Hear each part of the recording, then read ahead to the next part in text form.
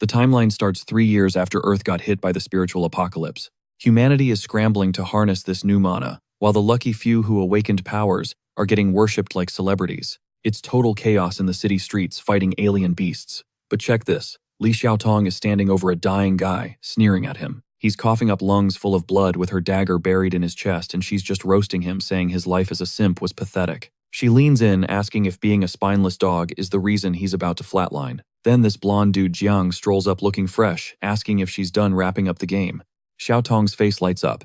She tells Jiang she quit playing the game ages ago. She was just killing time waiting for him.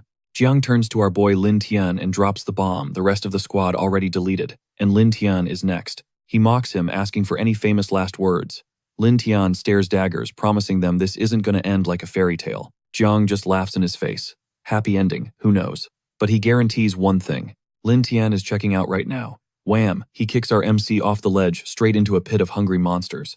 Free-falling to his death, Lin Tian is consumed by guilt for leading his crew to the slaughter. He makes a desperate wish for a redo.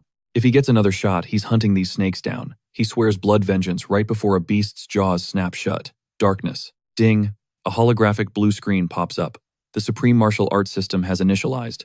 It detects the host is well dead and triggers an emergency protocol. Temporal spatial rollback. Rewind time. Warning. Insufficient points for precision landing. Destination random. The screen fades and cuts to a TV show blaring in a quiet room. Lin Tian jolts awake, gasping for air. He's clutching his chest, confused as hell.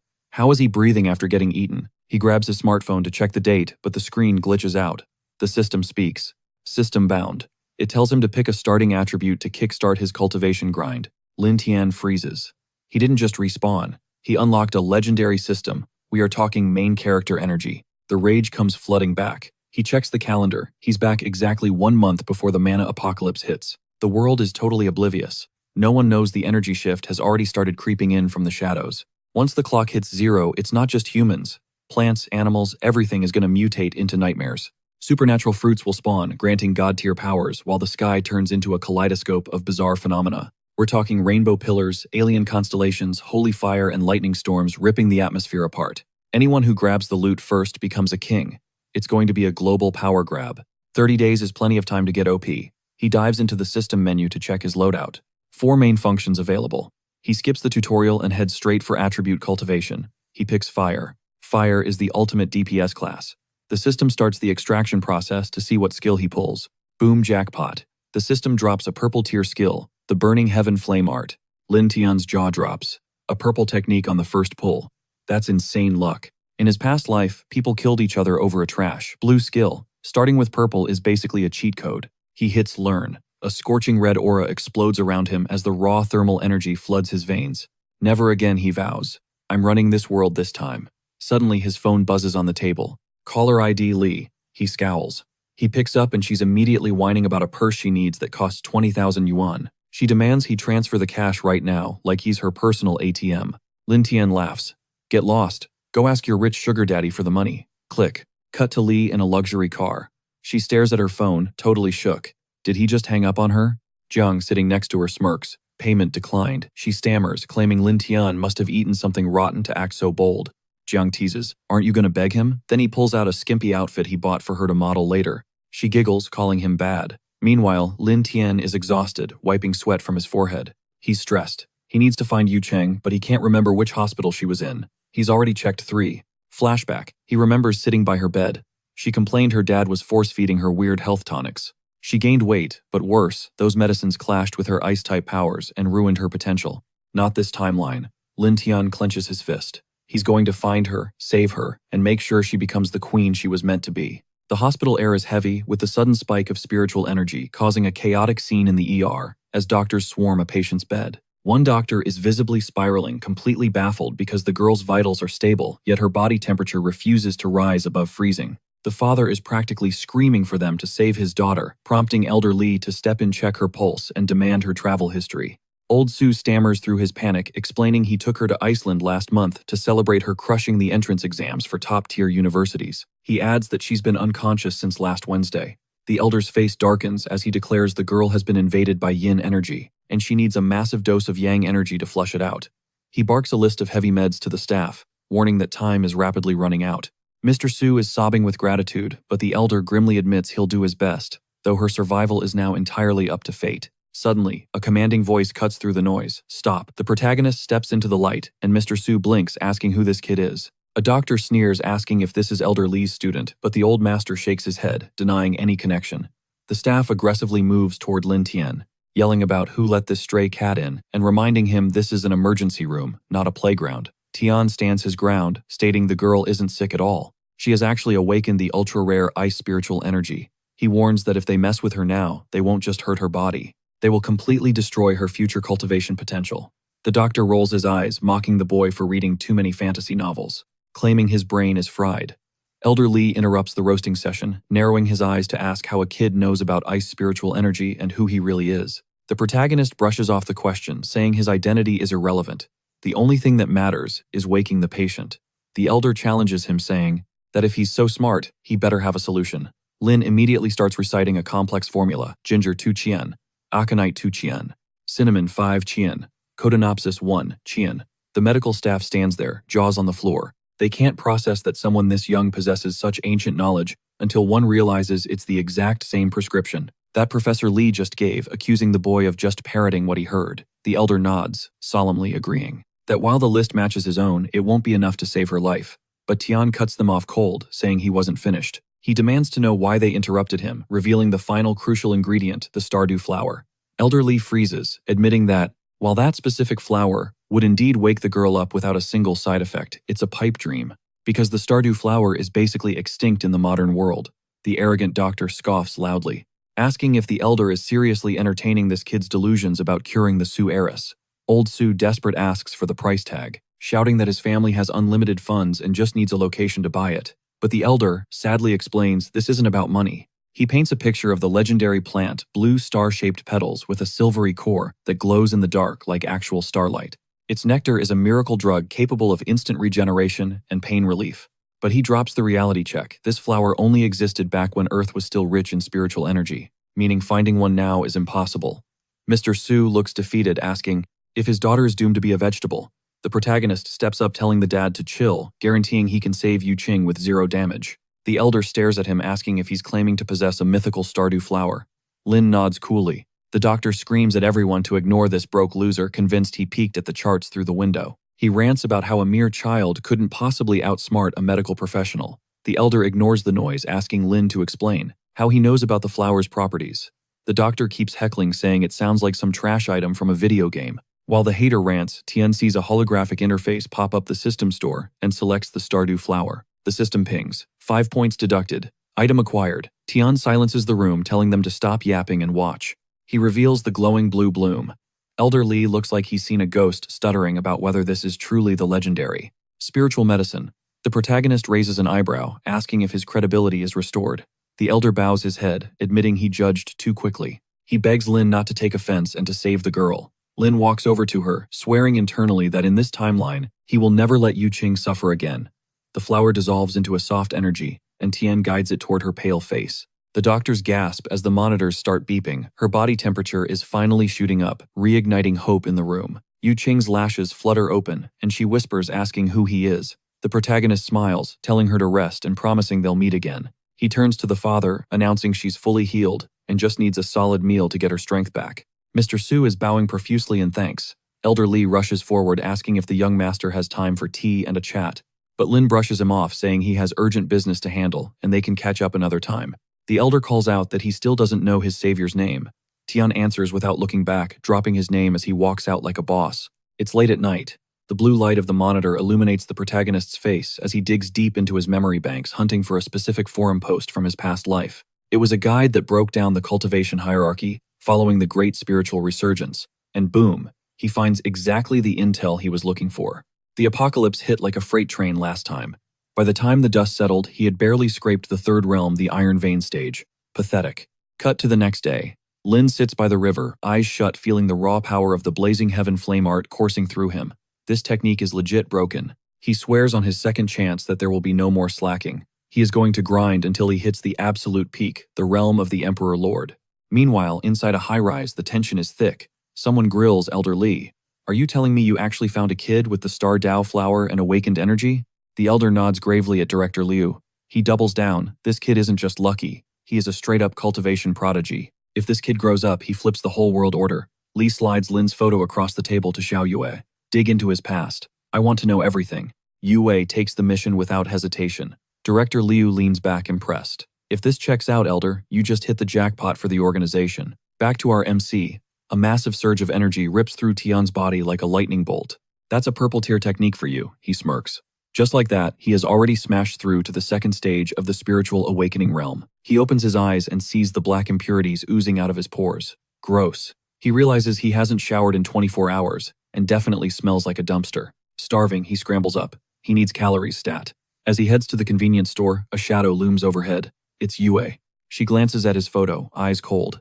I won't let the director down. She tosses a device down toward the street. Boom smoke clears and a beast materializes. Tian realizes the mutations are kicking off early. The pressure spikes, but he just pinches his nose. This mutt stinks to high heaven, he complains. The beast lunges, snapping its jaws. Lin sidesteps it effortlessly. The beast turns, but Tian is already airborne. Whoosh, he blasts it with flames. Yue's eyes go wide, watching from the roof. The MC lands with a heavy thud. He finishes the monster off instantly. Insolent fool, he scoffs, dusting himself off before sprinting away to find food. Great, that punch just burned all my calories, he groans. Need food, now. Up on the roof, Yue is spiraling. Who is this kid, she whispers. Did he seriously just one-shot a first-order mutant beast?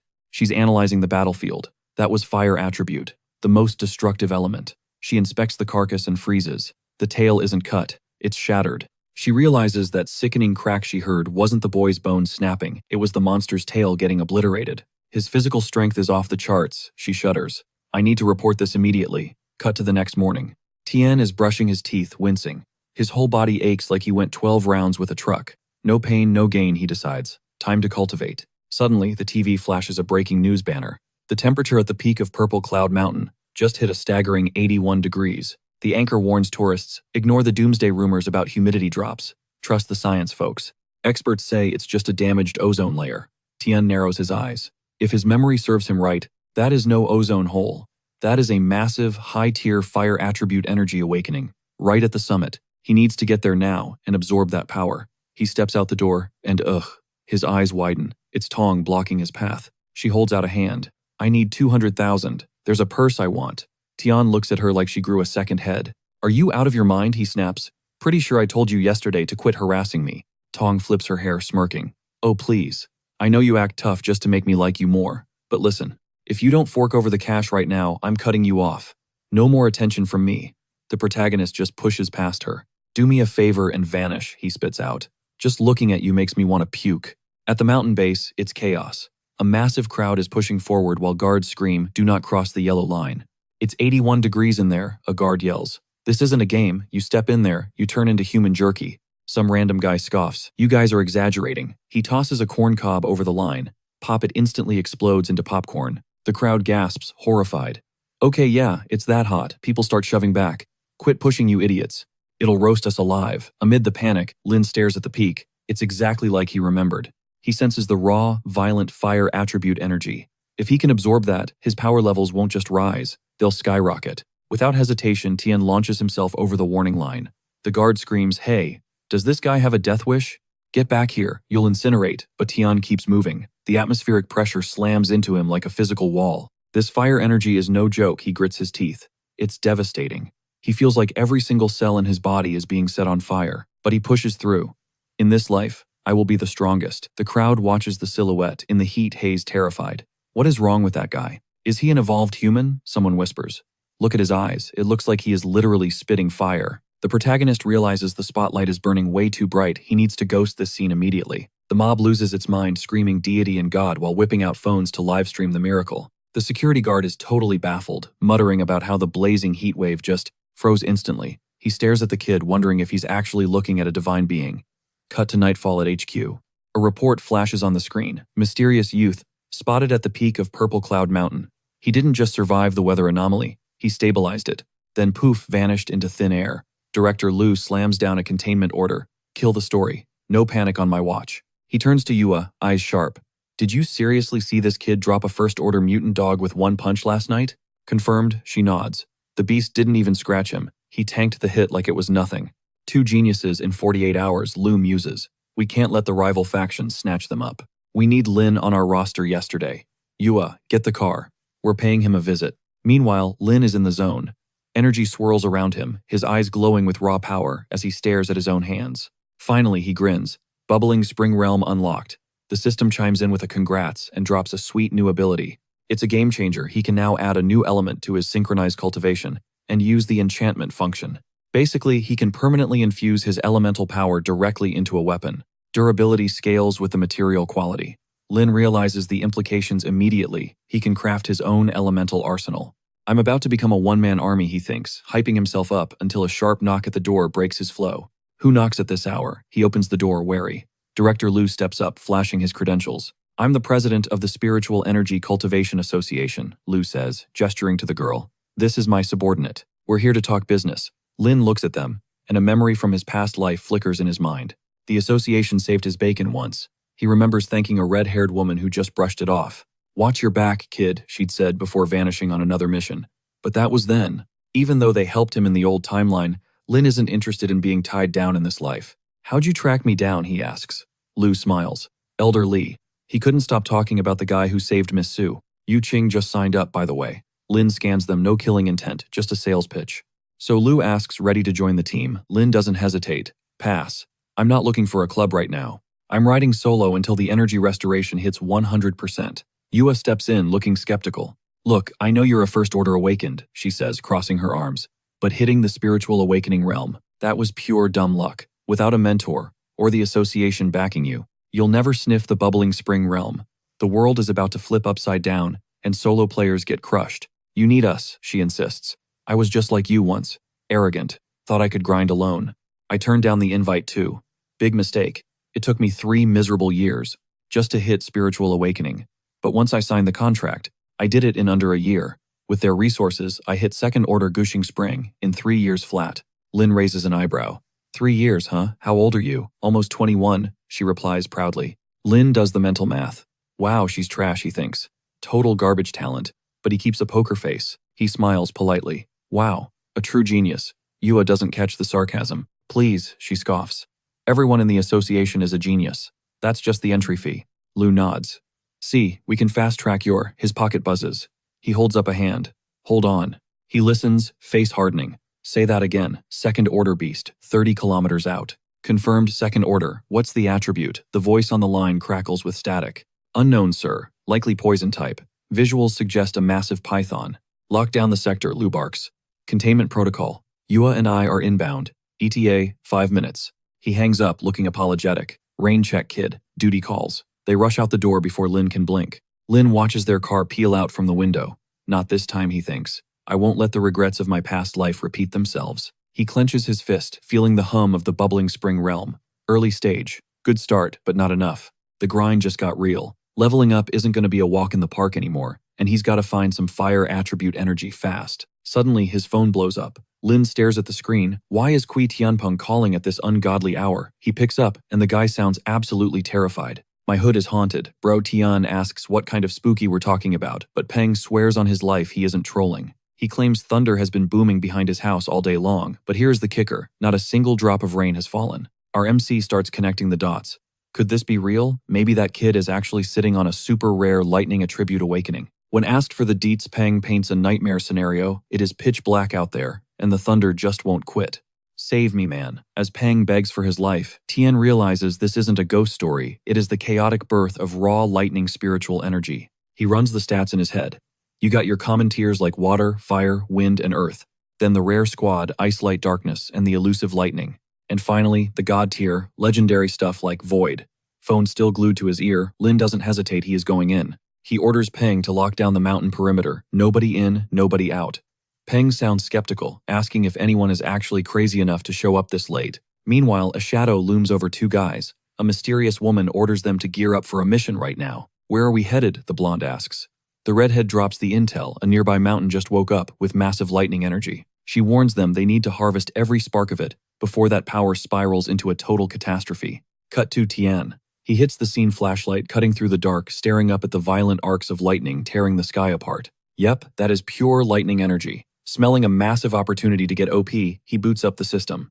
The interface flashes a warning. Lightning is a rare attribute. Extraction cost, double the usual spiritual energy. Confirm. Lin doesn't blink. The system roars to life, ripping the lightning attribute cultivation technique straight from the storm. Ding, congratulations. The blue lightning cultivation technique is secured. Lin smirks. Even at blue rank, this thing is terrifyingly strong. That is the perks of a rare attribute. Nearby, the redhead squad closes in. The blonde stares at the chaos, sweating bullets. Can we actually handle this? The other guy eyes their gear nervously. I don't know if this thermos bottle is built for this kind of heat, boss. Quit yapping and hand it over. The redhead snaps. She sighs, grabbing the bottle and holding it out toward the storm. Bolts of lightning surge into the container, glowing brighter and brighter. The boys start cheering, hyping up her skills. Crack. The praise dies instantly. The bottle fractures. The redhead's eyes go wide. Impossible. The collector can't handle the load. Boom. The device shatters. The blast wave knocks them all into the dirt, while the lightning rages on, totally unchecked. Run, it's unstable, she screams. But before they can bail, a rustling sound stops them cold. What was that? One guy stammers. The redhead scans the bushes and spots a figure emerging from the shadows, Lin Tian. Her jaw drops. A civilian, here you like midnight hikes or something. Get out of here, kid, this isn't a playground. Tian just offers a calm smile. Ignoring them, he strolls straight toward the heart of the lightning storm. He's toast, the boys gasp. They think he is suicidal. Is he that desperate to die? Suddenly, every bolt of lightning pivots, aiming directly at the protagonist. Lin stands like a statue. The trio watches paralyzed. Is this kid bulletproof? Are they looking at a literal god? The redhead's brain is short-circuiting. Why isn't he Ash? Did he just awaken the ultra-rare lightning attribute? Lightning hammers his body, but Lin's voice cuts through the thunder. I bow to no one, not in this life. The heavens won't blind me. The earth won't crush me. Even the Buddhas can turn to smoke before they stop my will. I will be strong. As he shouts his vow, the violent storm begins to obey, fading into submission. He inhales every last spark. Dusting himself off, he grins. Not bad. The system chimes in. Fire and lightning energies acquired. Initiate fusion to create legendary thunder flame. Synthesize it. Now. A blinding aura erupts around him as the process begins. The power is suffocating. Legendary energy courses through his veins, undeniable proof of his new strength. Meanwhile, miles away in the pouring rain, 3 figures loom by a gate. Confirmed, one reports. Target is a giant python with a dark attribute. Hua nods grimly. Dark types are messy, she mutters, tossing them each a jade pendant. If things go south, crush this. The light shield will buy you a second chance. She locks eyes with them. Mission objective is survival. Do not play hero. Do not break your limits. The mission is a go. They creep through the gate, senses on high alert. Wait, Hua spots movement. Boom. The monster lunges. They scramble back, firing off attacks. Until snap, they freeze the python solid. Victory, smile, maybe. But Yue screams for a retreat just as the beast shatters its icy prison and spews a toxic cloud from its maw. The fumes leave the boys reeling. Yue slams a hand over her mouth, radioing HQ to report a colossal python, but she blacks out as the Leviathan closes in. Meanwhile, the director slides a laptop toward the protagonist, insisting he's the only one who can handle this crisis. Tian scans the file, noting the dark attributes, and another incredibly rare trait. He thinks to himself, if he had more attribute slots, he'd definitely snag that one too. Liu drops the bomb. Yue is missing in action, and their only hope lies with the young man who awakened the fire element. When the protagonist demands to know how they found out, the director admits he had a subordinate tailing him, referencing the mutant dog he defeated. Lin connects the dots. They release that beast and demands to know if he's being watched. Liu claims it was for public safety. Tian agrees to hit the factory and take down the giant python, but drops an ultimatum: no more surveillance. Liu accepts the terms and asks how big a team he needs.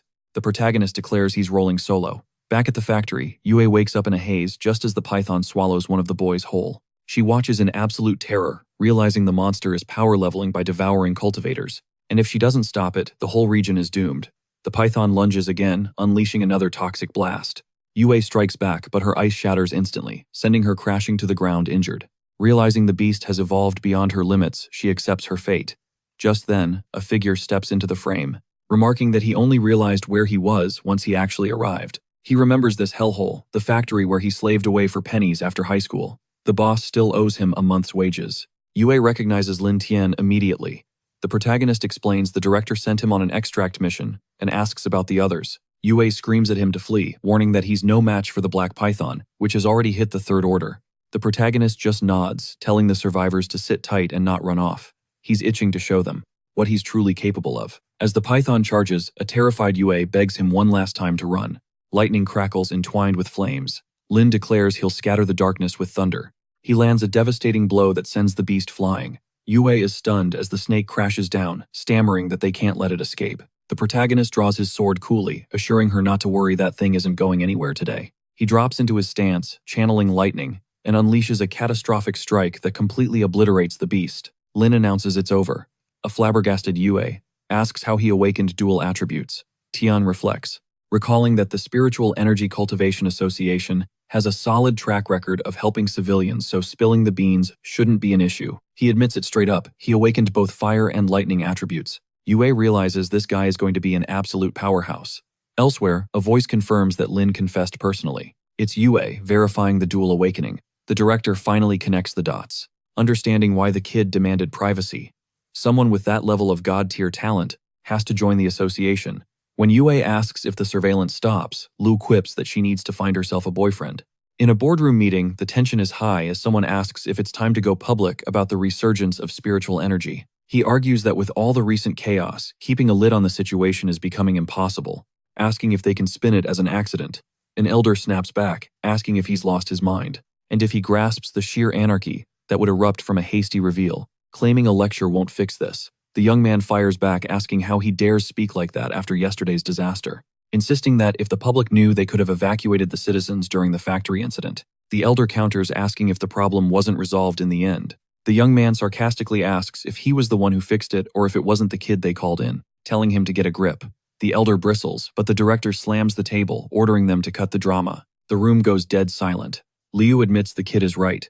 If Lin hadn't stepped up, he wouldn't just have lost his daughter, and his squad, the entire nearby village, would have been wiped out. However, he concedes to the other point. Leaking the truth about spiritual energy right now would trigger massive social collapse.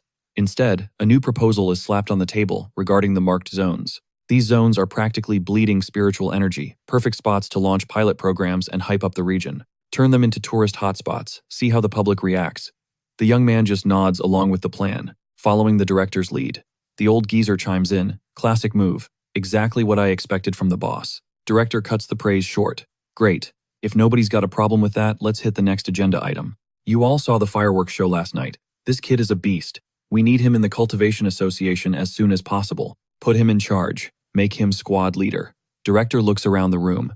Thoughts. The old man hesitates. I'm not saying no to the kid, but handing him the keys to the castle on day one might be a bit much. Even the rookie is skeptical. Who hands a deputy leader badge to a nobody? Let me grind from level 1. Director isn't having it. You all saw him awaken fire and lightning. That's a dual element lottery win. We lowball a talent like that with a grunt position. We risk insulting him, or worse, losing him. The young man shrugs, reading the room. If that's how it is, let me prove I'm not all talk. Give me a test. Old man smirks. Deal. Set it up. Then he drops a warning. Just remember, kid, being a heavy hitter doesn't mean you can lead a squad. Liu mutters. Hey, you asked for this. Don't come crying when it gets real. Next morning, our MC is dead to the world until crash. Tian jolts awake. Intruder. Joke's on you, buddy. I'm so broke I'm running on discount instant noodles. Stealing from me, that's just sad. He clenches his fist. When I catch this guy, he's gonna learn a painful lesson. Come out with your hands up. He turns the corner and freezes. It's Yue. Talk about a mood killer. He facepalms. Why are you here? Pretty sure we shook hands on the no stalking rule yesterday. Yue flips her hair. Not watching. Living. By the way, where do you keep the trash can? Tian just stares, totally defeated. A bit later, he sighs. You here to drag me to that test? Yue nods. Tian does. The math time is ticking before the global mana explosion kicks into high gear. I can't waste time playing games. Hard pass. Yue smiles like she holds all the cards. Figured you'd say that. You think it'll slow down your grind. But this isn't some rookie orientation. It's an exclusive association trial. And since that zone just reactivated, it's prime territory for loot drops and rare encounters. Tian pauses. A memory clicks. Didn't Yu Cheng join the squad? He looks at Yue. Is she running this dungeon too? Yue grins. Yep. Tian remembers Yu mentioning a massive opportunity in that exact zone. Now his curiosity is piqued. Change of plans. I need to track her down anyway. Count me in. Meanwhile, the director is dropping truth bombs. You're used to peace, but wake up. The world is changing. Chaos is the new normal. He checks his watch. I'm sending in a powerhouse to captain this mission. He'll guide you through the trial. The redhead scans the room. So where is this mystery boss? Flashback hits her. I swear I saw a guy wreathed in lightning the other day. Absolute monster. Old man scoffs. You're dreaming. No way a cultivator that OP exists yet. He eyes her. What's with that look? Redhead shrugs. Nothing. Just wondering what kind of freak this captain is. Old man sneers. Probably some trust fund baby here for a vacation. When he shows up, I'll give him a little welcome gift. Show him who really runs this show. Redhead warns, don't start drama. Yue steps up. Squad meet Tien. He's leading the 5 of you. Tien scans the roster. 2 girls, 3 guys. Aside from Yu Qing's ice power, the rest look like total NPCs. Yue whispers, watch out for Tianfeng, ex-triad enforcer, awakened wind attribute, but still thinks he's a gangster. Director announces captains on deck. Tian walks straight to Yu. She stares, trying to connect the dots. Is that the guy who saved me, the one struck by lightning? Liu makes it official. Tian is your captain. Tianfeng steps up, chest puffed out. Hold up. How strong is this kid really? You want us to follow orders, show us some skills. Otherwise, you're leading nothing. Tian looks bored. Show you how Fang grins. Combat. Obviously. Tian looks at him like he's a bug. A Spring Realm scrub, please. You aren't even worth the warm-up. Fang snaps, totally losing his cool. He screams that he's got a death wish and lunges.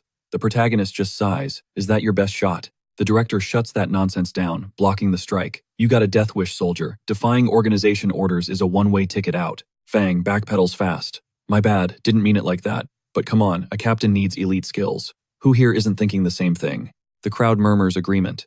In the cultivation game, raw power is the only law. If the new boss can't flex some serious muscle, nobody's gonna respect his authority. Liu steps up to defend him. Chill out. You don't need to stress about the little bro's power level. He's the guy who soloed that massive python a few days back. Remember, and saved your skin right. The redhead rolls her eyes. I bet the rookie just got lucky. She scoffs. No way one guy took down a black giant python. The math isn't mathing. The director barks eyes front. He warns them that anyone messing around or breaking formation during this trial gets kicked out of the association instantly. So keep it together. He starts briefing the mission intel. Listen close. Your target is a nightmare called the Thorned Beast. Intel says this thing isn't just a monster. It mimics human form and moves fast. Before dropping them in, the director gets real. You thought the world was safe. Wake up. On the path of cultivation, death is your shadow. It never leaves. Deep in the woods, the protagonist scans the area. Is this really the spot? It's quiet. Too quiet. He can't spot the beast and wonders if it's camping underground. Liu whispers, should we check it out? Lin feels a massive energy spike near the ancient tree, but something feels off. Why can't they see the enemy? The director's warning echoes in his head, stay away from that tree. They need to keep scanning the perimeter. For tracks. Fang sneers at him. You chickening out, scared the big bad tree is gonna jump you. It's just wood, bro. His squad bursts out laughing. Tien shoots back, I gave you a heads up. You ignore the red flags, you pay the price. Fang waves him off. I'm checking it out. That tree is leaking spiritual energy like crazy. It's basically a treasure chest waiting to be looted. One of the goons grins. This energy is insane. If we grind here for a bit, we're gonna level up for sure. Fang's eyes light up with greed. If I absorb all this juice and hit level 3 of the stagnant source realm, even Lang will have to bow down. He barks, start cultivating. Now, they drop to the ground, soaking up the dense energy. Qing looks nervous. Is this safe? The protagonist gives her a nod. Don't stress. I'll jump in if things go south. The redhead suddenly squints at Lin. Wait, have we met Lin plays dumb? Don't think so. Where she snaps her fingers. Lightning struck mountain. Tian realizes she's the girl from that day. Oh, the picnic girl. That triggers her. Picnic, she's fuming. I was on a mission to contain a lightning energy outbreak, and because of Captain Lin over here, I got grilled by my superiors for hours. I told them some guy absorbed the lightning, and they basically called me crazy. The protagonist scratches his head. My bad. He gestures to the ground. You guys should cultivate too. Energy's prime here. Liu looks at him. Why aren't you joining in? Lin thinks. She's still got that kind heart from the past life. Not my vibe. My attribute doesn't match this spot. You guys go ahead. They start focusing, but suddenly a blood-curdling scream rips through the air. Tien snaps his head around.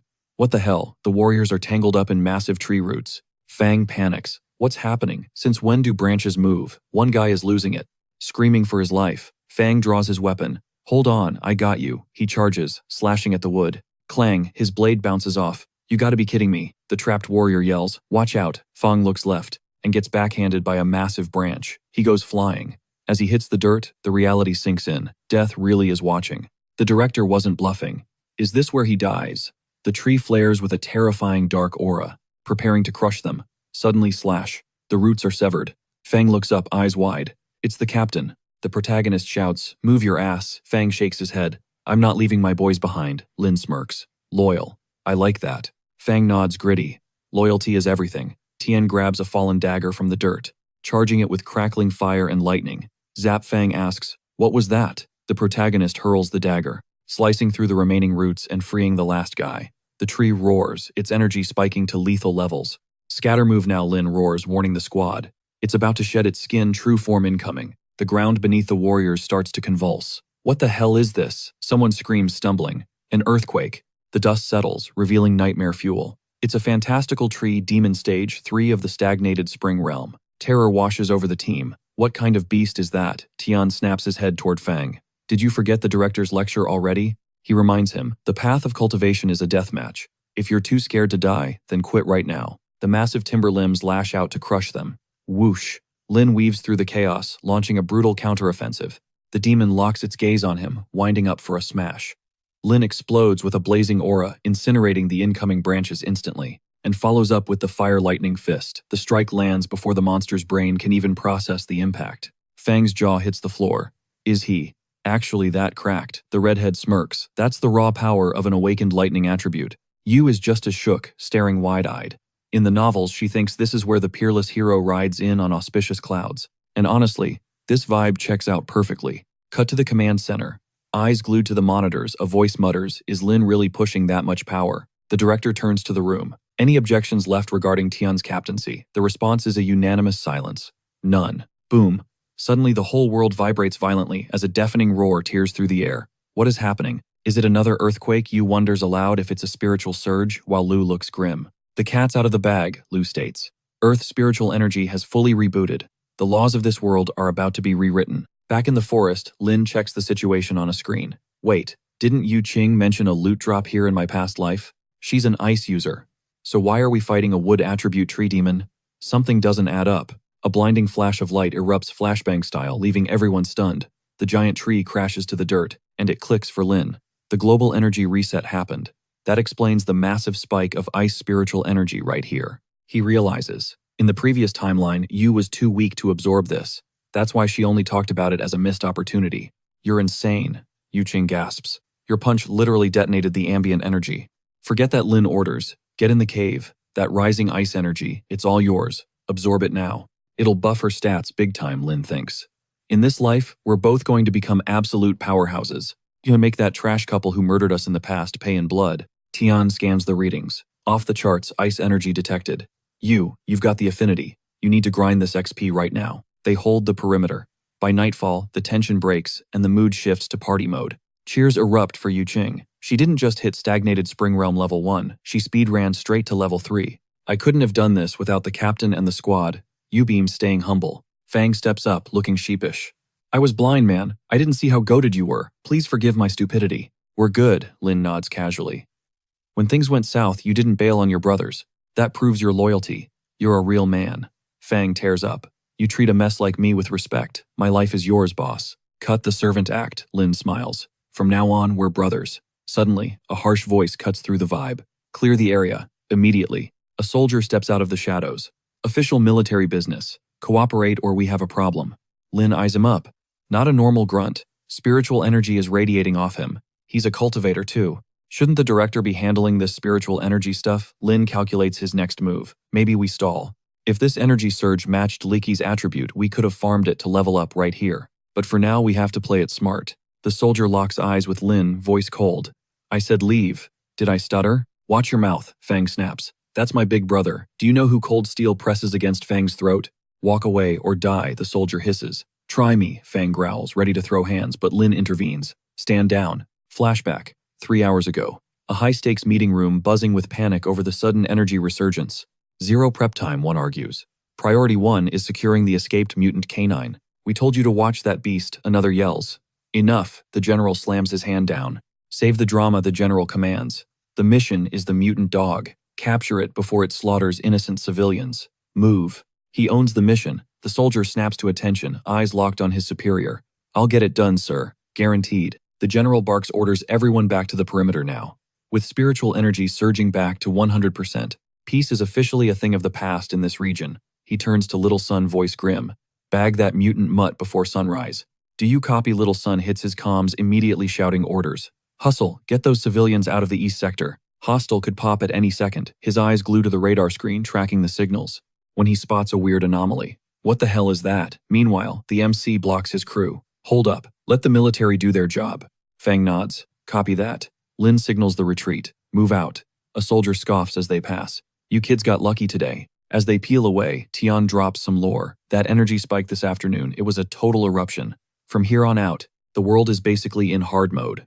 He side-eyes Huang Yun. Keep grinding on your cultivation. Your foundation is still shaky, so slow and steady wins the race. Don't get greedy. Suddenly, a voice rings out. The MC spins around, grinning as someone hollers grandson at him. Sun confirms it. Yeah, it's really him. Yun blinks. You know this guy. Lin introduces him. High school bestie Sun Zhangyi. Sun smirks, puffing his chest. Correction, I'm his daddy. Lin rolls his eyes. Ungrateful brat.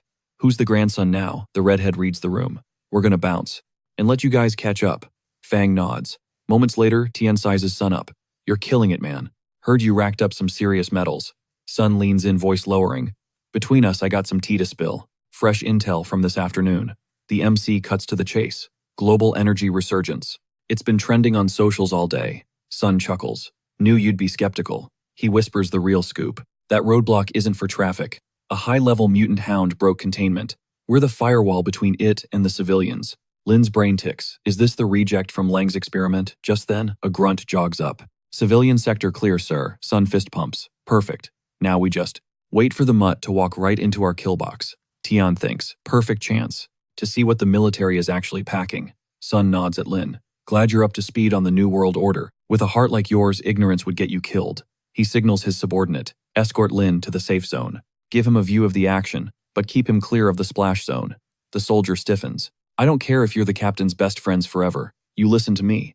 A bit later. Appreciate it, Lin says. As they reposition, Lin scans the squad. Guns out, but their aura screams, noob. They are barely scraping level 1 of the stagnant source realm. Not bad for grunts, he thinks. Suddenly, a shout tears through the air. Heads up, incoming. The mutant hound bursts onto the scene. A guttural roar shakes the ground, radiating pure nightmare fuel. It lunges. The squad unleashes a wall of lead. But bullets just bounce off. The beast swipes, sending soldiers flying like ragdolls. Lin's eyes narrow. That thing is a tank. At least level 3 stagnant source strength. If energy rising spawns these things, I need to level up. Fast. Sun steps up. Regulars fall back. Spec ops on me. Execute Xuan Wu formation. They surround the beast. One soldier grapples the tail, locking it down, while the rest rush in for the beatdown. Sun launches into the air, aura blazing, and delivers a devastating smash. The beast retches, spitting plasma. Lin smirks. Classic military efficiency. Even though they are only level 2 stagnant source realm, their teamwork is god tier. Total trust, willing to die for the guy next to them. That synergy pushes their power way past their limits. Guess I was worried for nothing. This fight is already over. Suddenly the beast unhinges its jaw, spewing a weird thick mist. Lin focuses. The smoke expands. Sun's eyes go wide. It's trying to evolve. Stop it now. If that thing levels up, we're all dead meat. The squad rushes in, but a shockwave blasts them back. The mist clears. A bigger batter monster stands there. Sun pales. It's over. It actually evolved. A soldier stammers. Sir orders. Sun grits his teeth. We fight. We're the only thing standing between that monster and the civilians. They scream and charge. But the beast is a blur. Bam bam. It slams them into the dirt before they can blink.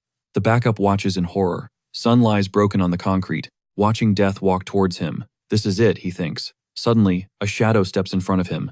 The MC blocks the path. He braces for impact, certain he is about to be deleted as the creature lunges. But the main character pulls a clutch save, stepping directly into the danger zone to block the attack. Just in time, he blocks the monster's lethal strike. Sun realizes it's his partner, just as Lin blasts the beast with pure high-voltage lightning, launching that monstrosity halfway across the zone with a single deafening impact. Jung stands there totally shook, asking if the guy's an actual cultivator. Tian summons a spiritual dagger out of thin air and tells them he'll handle the trash, then they can have a chill chat.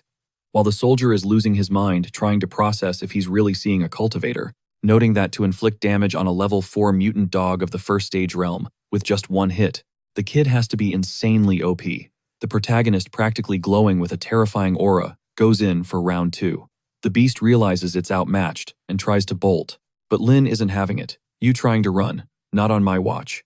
He unleashes a strike. with enough kinetic force to pierce straight through the monster's hide, inflicting critical damage.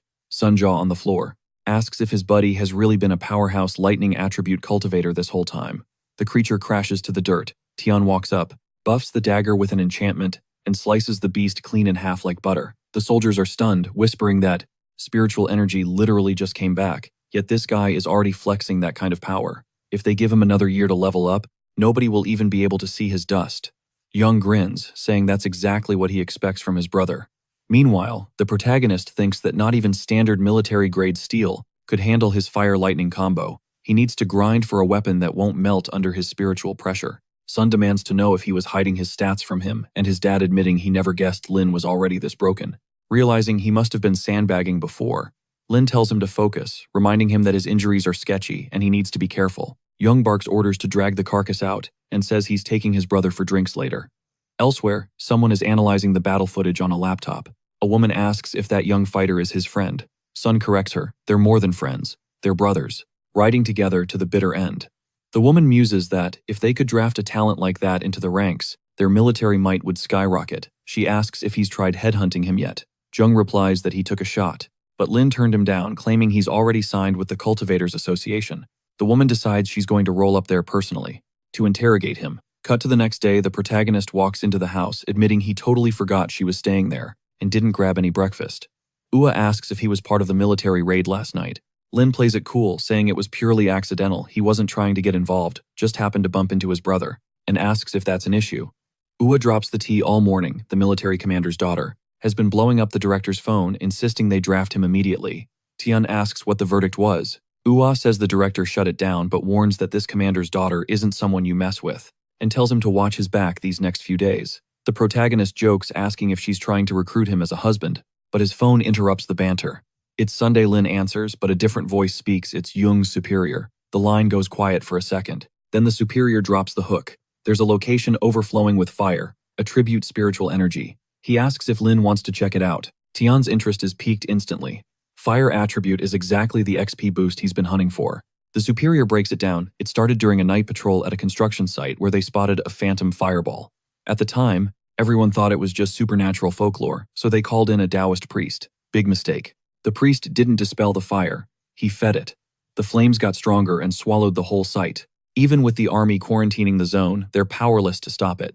Cut to a moving car. The commander's daughter explains that after the spiritual energy surge yesterday afternoon, that flame went nuclear. If it keeps spreading, the civilian casualties will be massive. The protagonist asks if the blaze has been expanding this whole time.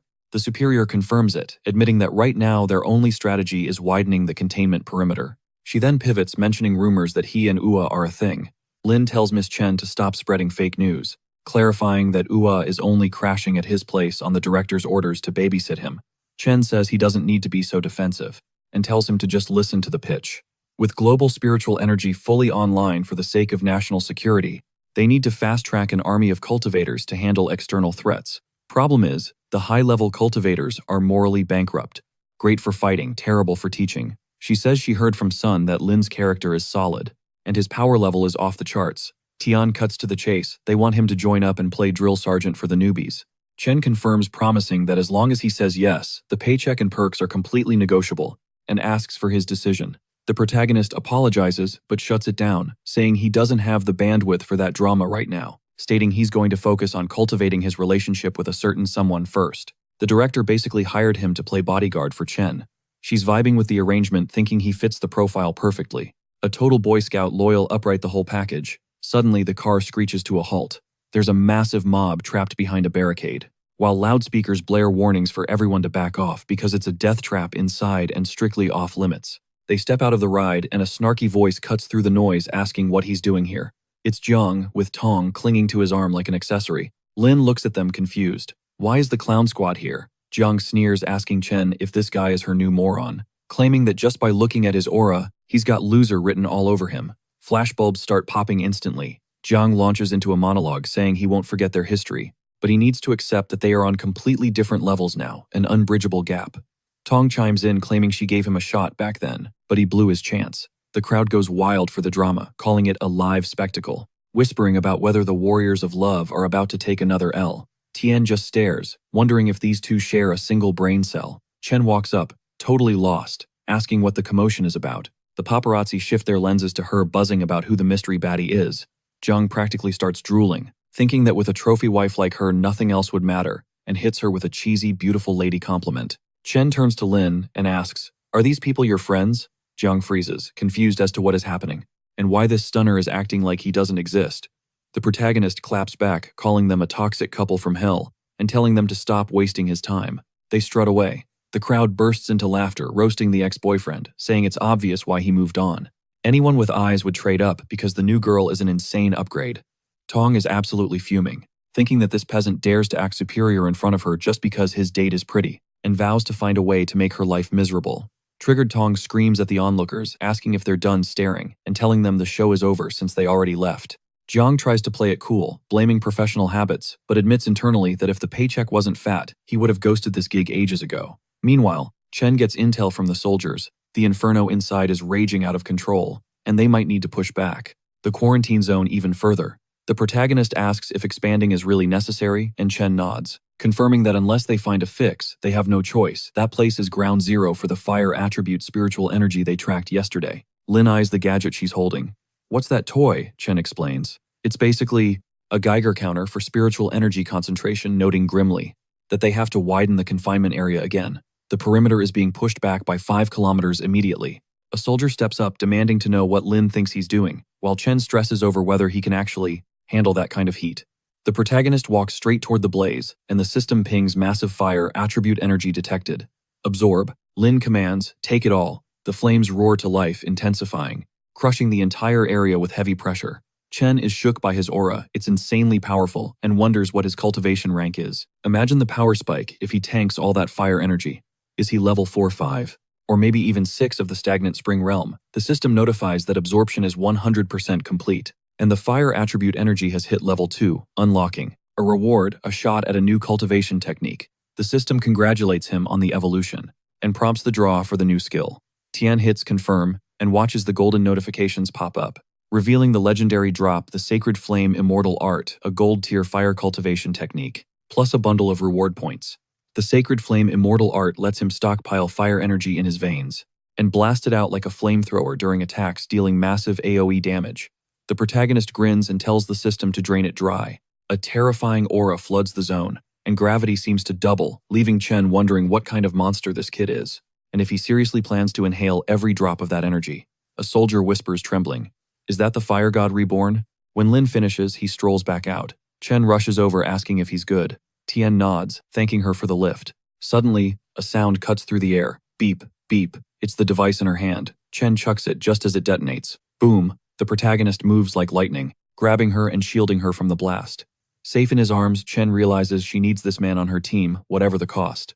Later, at a safe distance, Chen asks, "Did you seriously just absorb that entire construction site's fire energy into your body?" Lin confirms it. "Is that going to be a problem?" Chen shakes her head. "No issue," but asks what realm he's sitting at now.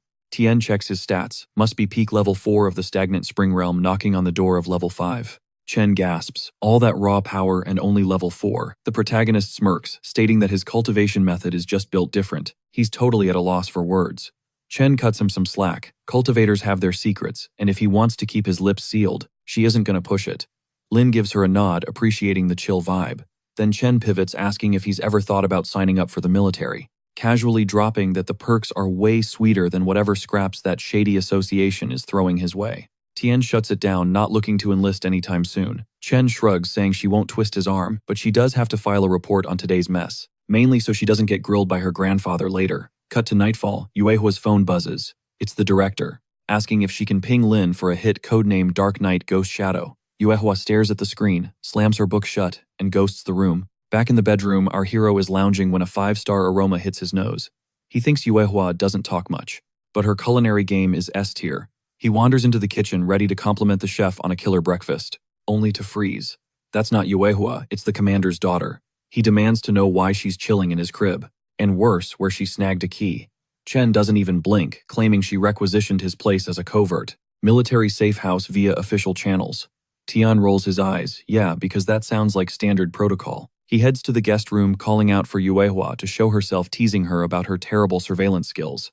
But the bed is empty. Cold sheets, The protagonist frowns, asking where she is, and Chen chimes in from the hall, noting the place was a ghost town when she arrived. She wonders if Yuehua knew they were coming and bailed on purpose. Lin spots something odd. An open book. He reads the mission brief, Dark Knight Ghost Shadow. His blood runs cold. Did she go solo? Chen asks where the fire is and Tian snaps back. His partner is walking into a death trap and he needs to find the director yesterday. Cut to the riverbank. The water is churning violently. Deep below, Yuehua is spiraling, wondering if she's just dead weight without Lin.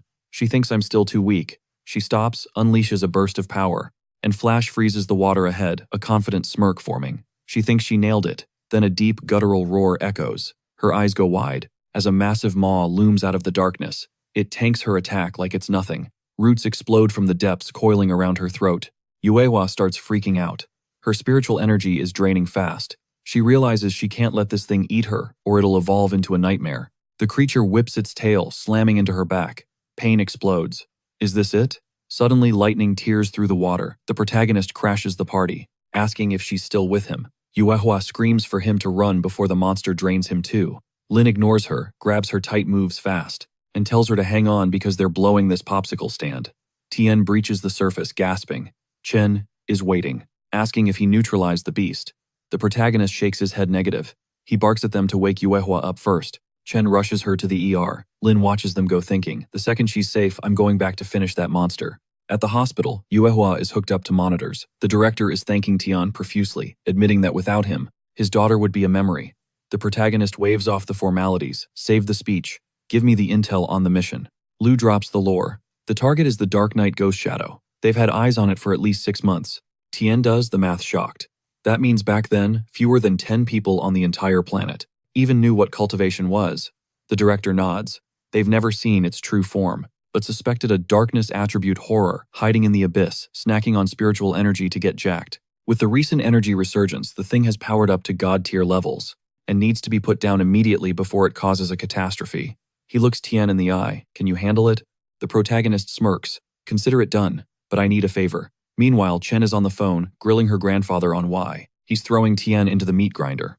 The old man replies coldly, it's a test, for the boy and for the nation. Chen argues that this is way above his pay grade for a starter mission. She reminds him of the last Dark Knight. Ghost Shadow Op, the military sent a full pro squad. Even the weakest guy was level 3 stagnant spring, and they still got wiped out. The grandfather sighs, admitting he knows she has a soft spot for the kid, but his hands are tied. He mentions they sent 3 elite soldiers as backup, but the world has changed. It's adapt or die. If they fall behind in the energy race, they'll get invaded and stripped bare by rival nations. This Dark Knight Ghost Shadow Zone is the only A-class threat they have a shot at controlling. Conquering it gives their country a seat at the global table. Chen hangs up, thinking, Lin, you better come back alive. Cut to a moving vehicle. Yu calls out to the captain. Tian asks, what's the sitrep? Ching pipes up confused. What's the mission? Why am I the only one riding shotgun? Where's the rest of the crew? The MC drops the stats out of their 4-man squad. She's the only one who successfully grinded to level 3 of the stagnant spring realm. He needs to audit her progress to make sure she hasn't been slacking on her training, so he slides her the mission briefing. Yu vows to go full tryhard mode and not be dead weight. Meanwhile, Lin tells Ching to quit shaking and just chill. He tells her to treat this raid like an XP farm run, reminding her the director promised military backup would be there to carry them if needed. Ching fires back that she's gonna clutch this win and bring him glory. Suddenly, the driver hits the brakes. They've reached the drop zone at the port. The whole squad hops out of the whip. Up ahead, some dude makes a snarky comment about how cultivators these days look like they're straight out of kindergarten. Tian scans the guy's energy signature, level 4 of the stagnant spring realm. In the current meta, that level basically makes you a grandmaster. He asks if they're the military ops team. The guy smirks and introduces himself as Joe Moo. Joe throws some major shade, saying he hopes he won't have to babysit them later. Yu snaps back, asking what his deal is. She demands to know if he realizes how OP their captain is. Before hands get thrown, a woman steps in, explaining that Joe just has 0 filter. She tells them to ignore the toxicity because they have a crisis to handle, and PvPing among themselves right now is totally useless. The blonde leader signals everyone to move out. The MC whispers to his partner that everything is under control. He tells her to block out the haters and focus on her role. The team wades into the water, and Joe immediately notices the vibe check. Something is draining their spirit energy. The blonde guy breaks it down. It's the darkness attribute's passive corrosion effect eating away at their mana. He warns them to stay frosty. The redhead grimly notes that camping in this zone too long will literally shorten their lifespans. Yu looks green, asking why the ocean smells like rotting death. Lin sighs and flares his mana, creating a shield around the two of them. He clears the air instantly, explaining that this aura will buff her resistance against the dark debuffs. She steels herself, swearing not to disappoint him. Behind them, Joe glances back, confused why the rookies aren't puking their guts out. He figures Lin should be terrified and can't understand their poker faces. He decides they must be burning through their entire mana pool just to look tough. He bets they'll be out of gas when the real boss spawns. Suddenly, the blonde guy shouts, "What is that?" He warns the team to watch their 6 for fast movers. Joe grins. The monster is definitely within aggro range. A terrifying presence closes in. Yu starts to unleash her power, but the MC barks at her to hold her fire. He tells her to open her eyes, that fish is just a decoy, not the true form. Joe ignores the warning and throws a massive punch, creating a huge shockwave. He yells at the boy to stay focused because one wrong step out here is an instant game over. Ching rolls her eyes and calls Joe an idiot for attacking an illusion. She asks if he's blind. Joe claims she's talking nonsense, right until the woman beside him screams a warning. Massive tentacles erupt from the depths, aiming straight for them. The blonde guy cries out. She screams, demanding to know where these tentacles came from. Suddenly, a colossal octopus rises from the depths, and the soldier clocks it immediately. It is a level 5 beast from the stagnant spring realm. The blonde guy grimaces. Now it makes sense why they got absolutely wrecked. The last time they were here, Yu unleashes her ice slide, waltz/flashy right, but Joe shuts it down. She is dead meat against that monster. Ching grips her weapon, refusing to let her captain down, desperate to prove she belongs here. Frost creeps over the octopus, freezing parts of it. Yu's eyes light up, thinking she has won. But Crack the monster shatters the ice like cheap glass. Joe screams at them to run, but the octopus ragdolls the blonde guy. The soldier fires a plasma round, triggering a massive explosion. Ching is terrified, trembling. Suddenly, a calm voice cuts through the smoke. "Nice hustle." The main character steps in, blocking the lethal attack with one hand. He glances back, telling her to stay sharp next time. The soldier's jaw hits the floor. Did that kid seriously just face tank a tentacle slam?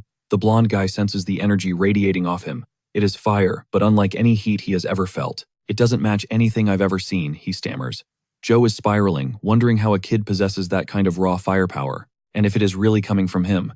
Lin stares the beast down. "You poked holes in my partner earlier," he says coldly. "Only fair, I return the favor." He realizes this is the perfect setup to test the golden technique he just cooked up. Tian blurs forward, sword drawn, launching himself at the octopus. Joe rolls his eyes, calling it suicide. A level 5 body versus a broken knife. He is delusional. But then the protagonist triggers the immortal art of the holy flame. An inferno erupts around his blade, swallowing the enemy whole.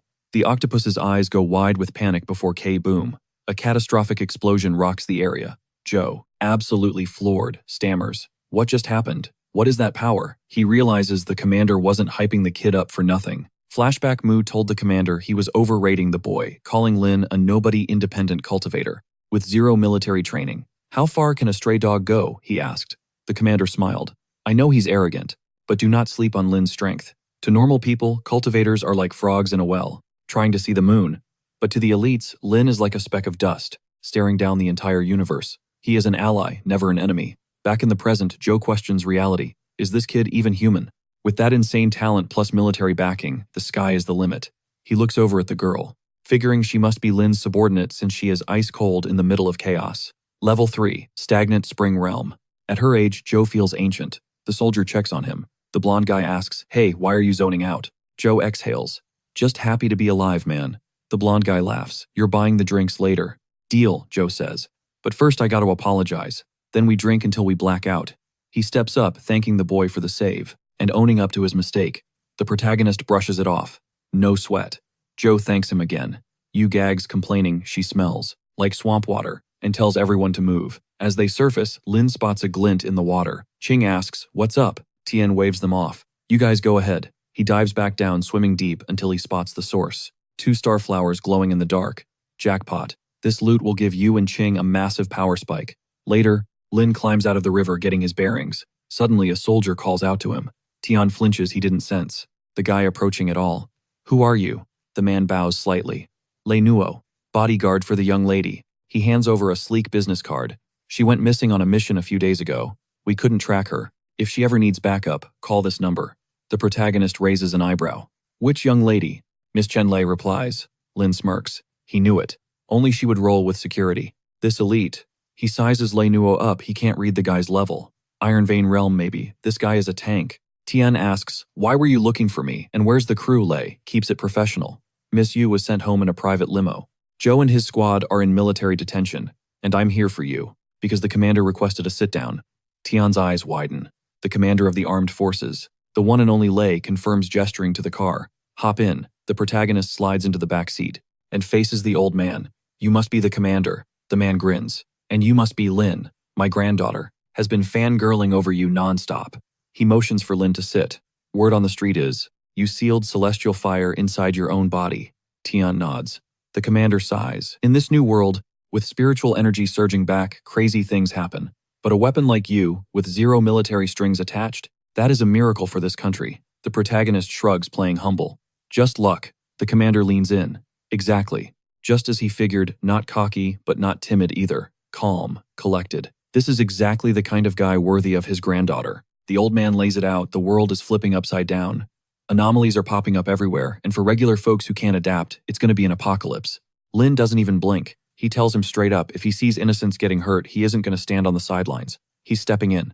The commander nods. He's not trying to leash him or guilt trip him, but let's be real, he needs Lin to power up. Fast. Out of every power out there, the dark attribute is straight up nightmare fuel. It doesn't just kill, it corrupts everything it touches. Turns people into mindless beasts. The only hard counter is lightning, so Lin needs to get his stats up immediately. For his own survival and for the nation, Tian gives a firm yes and vows to grind harder than ever. The commander tosses him a military-grade phone. It's encrypted, unhackable, and a direct line for backup. Lin accepts it but admits, he actually needs a favor right now. It's about that weapon the director gave him. He thought the sword could handle his spiritual pressure, but nope. The commander realizes that was Liu's most prized blade. And if Lin snapped that thing like a twig, just how much raw monster energy is this kid packing? He tells Lin to leave the scraps with him. He's got connections to forge a blade that won't shatter under pressure. Give it a few days. Lin thanks him and hops out. But the moment his feet hit the pavement, he realizes the grind never stops. Phone buzzes. He answers. Liu's voice is frantic. Yue is in bad shape. Lin instantly switches to combat mode. What happened? Cut to the hospital. Panic stations. Her heart rate is tanking and the docs are scrambling to purge the negative energy before it kills her. But one specialist pushes back. If they rip that energy out now, she might go full berserk and destroy the place. The director is slumped over, head and hands drowning in guilt. Then the doors burst open. He's here. Liu sighs in relief. Tian, finally. Our boy ignores the pleasantries. How is she? She was perfectly fine when they parted ways. The director looks up grim. Do you understand what dark attribute energy actually does? Tian knows it drives living things insane. Is that what's happening? Liu nods. Yue has always been stubborn. Since she was a kid. After Tian saved her life, she felt inadequate. So she took a solo mission without telling him to prove she wasn't useless. Liu blames himself for letting her go. Tian tunes him out and pleads with the system. There has to be a way to save her. Tell me. The system pings back. Maintain physical contact for 3 minutes and it'll generate a cure. Done. Tian sprints into the ICU. The medical team freaks out. Who's this kid? Get him out of here. Tian snaps. If I can't fix her, I'll walk away quietly. He grabs Yue's hand, praying. The system comes through. The doctor scoffs. You watch too many romance movies, kid. Holding her wrist isn't going to magically heal a critical patient. He yells for security to toss the brat out. But the director steps in, voice like steel. I authorized it. The doctor freezes, panic setting in. Sorry, director. I didn't mean to offend. She's just in critical condition. Liu cuts him off. Let the boy try. If he fails, that's on him. The doctors are stunned. Who is this guy that the director is betting everything on him?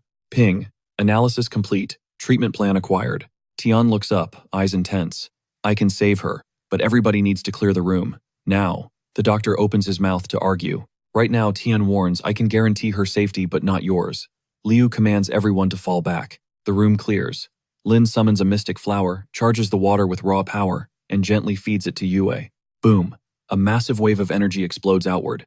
Tian grits his teeth. He is going to drag her back from the edge, no matter what. Time skip. Yue blinks open, her eyes confused. Tian sighs, relieved. Welcome back. Don't push yourself like that again, okay? She whispers, Did you save me? Tian nods. Pure luck. He found those 2-star flowers in the abyss. Without them, he'd have been clueless. Yue looks away, ashamed. Was I just getting in your way? Tian frowns. Why would you think that? You're a level 3 cultivator in the stagnant spring realm. Do you know how insane that is? To the rest of the world, you're basically invincible. Yue sighs. But compared to you, I'm weak. Tian shakes his head. It's not that you're weak, Yue. It's just that I'm built different. I'm too strong. Have you ever met anyone on my level? Yue thinks about it. True. Before him, she had 0 competition. Even the director thinks she'll surpass him in 5 years. Tian smiles. Exactly. You're fine. Now I'm gonna go crash because I haven't slept all night. He stands up. Meet me in the forest, day after tomorrow. Rehab training. Don't be late. Cut to the forest. A monster lunges splat. Yue obliterates it in one hit. Lin grins. I knew she was a beast. That mutated wolf was an absolute beast, packing power equivalent to the peak of the stagnant source realm, level 3. Yet she dropped it with a single clean kick. That puts her current power bracket way up level 4 of the stagnant spring realm. Yue shuts him down instantly though. She tells him to save the flattery, she knows exactly what she's worth. Tian mentions their rehab training is practically a wrap when a deafening boom rips through the air. Yue snaps her head around. Was that an explosion? The system flashes a red alert, massive dark attribute spiritual energy detected. They need to stay frosty. The protagonist shakes his head.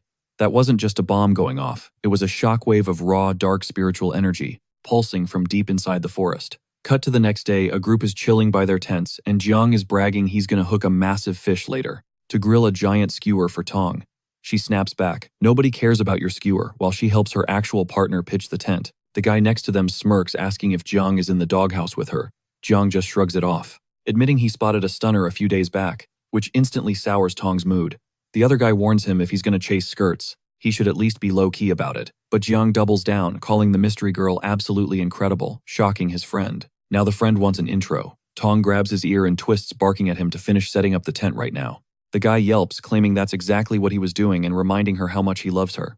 Jiang rolls his eyes and heads into the woods for firewood. While scavenging, a strange violet glow catches his eye.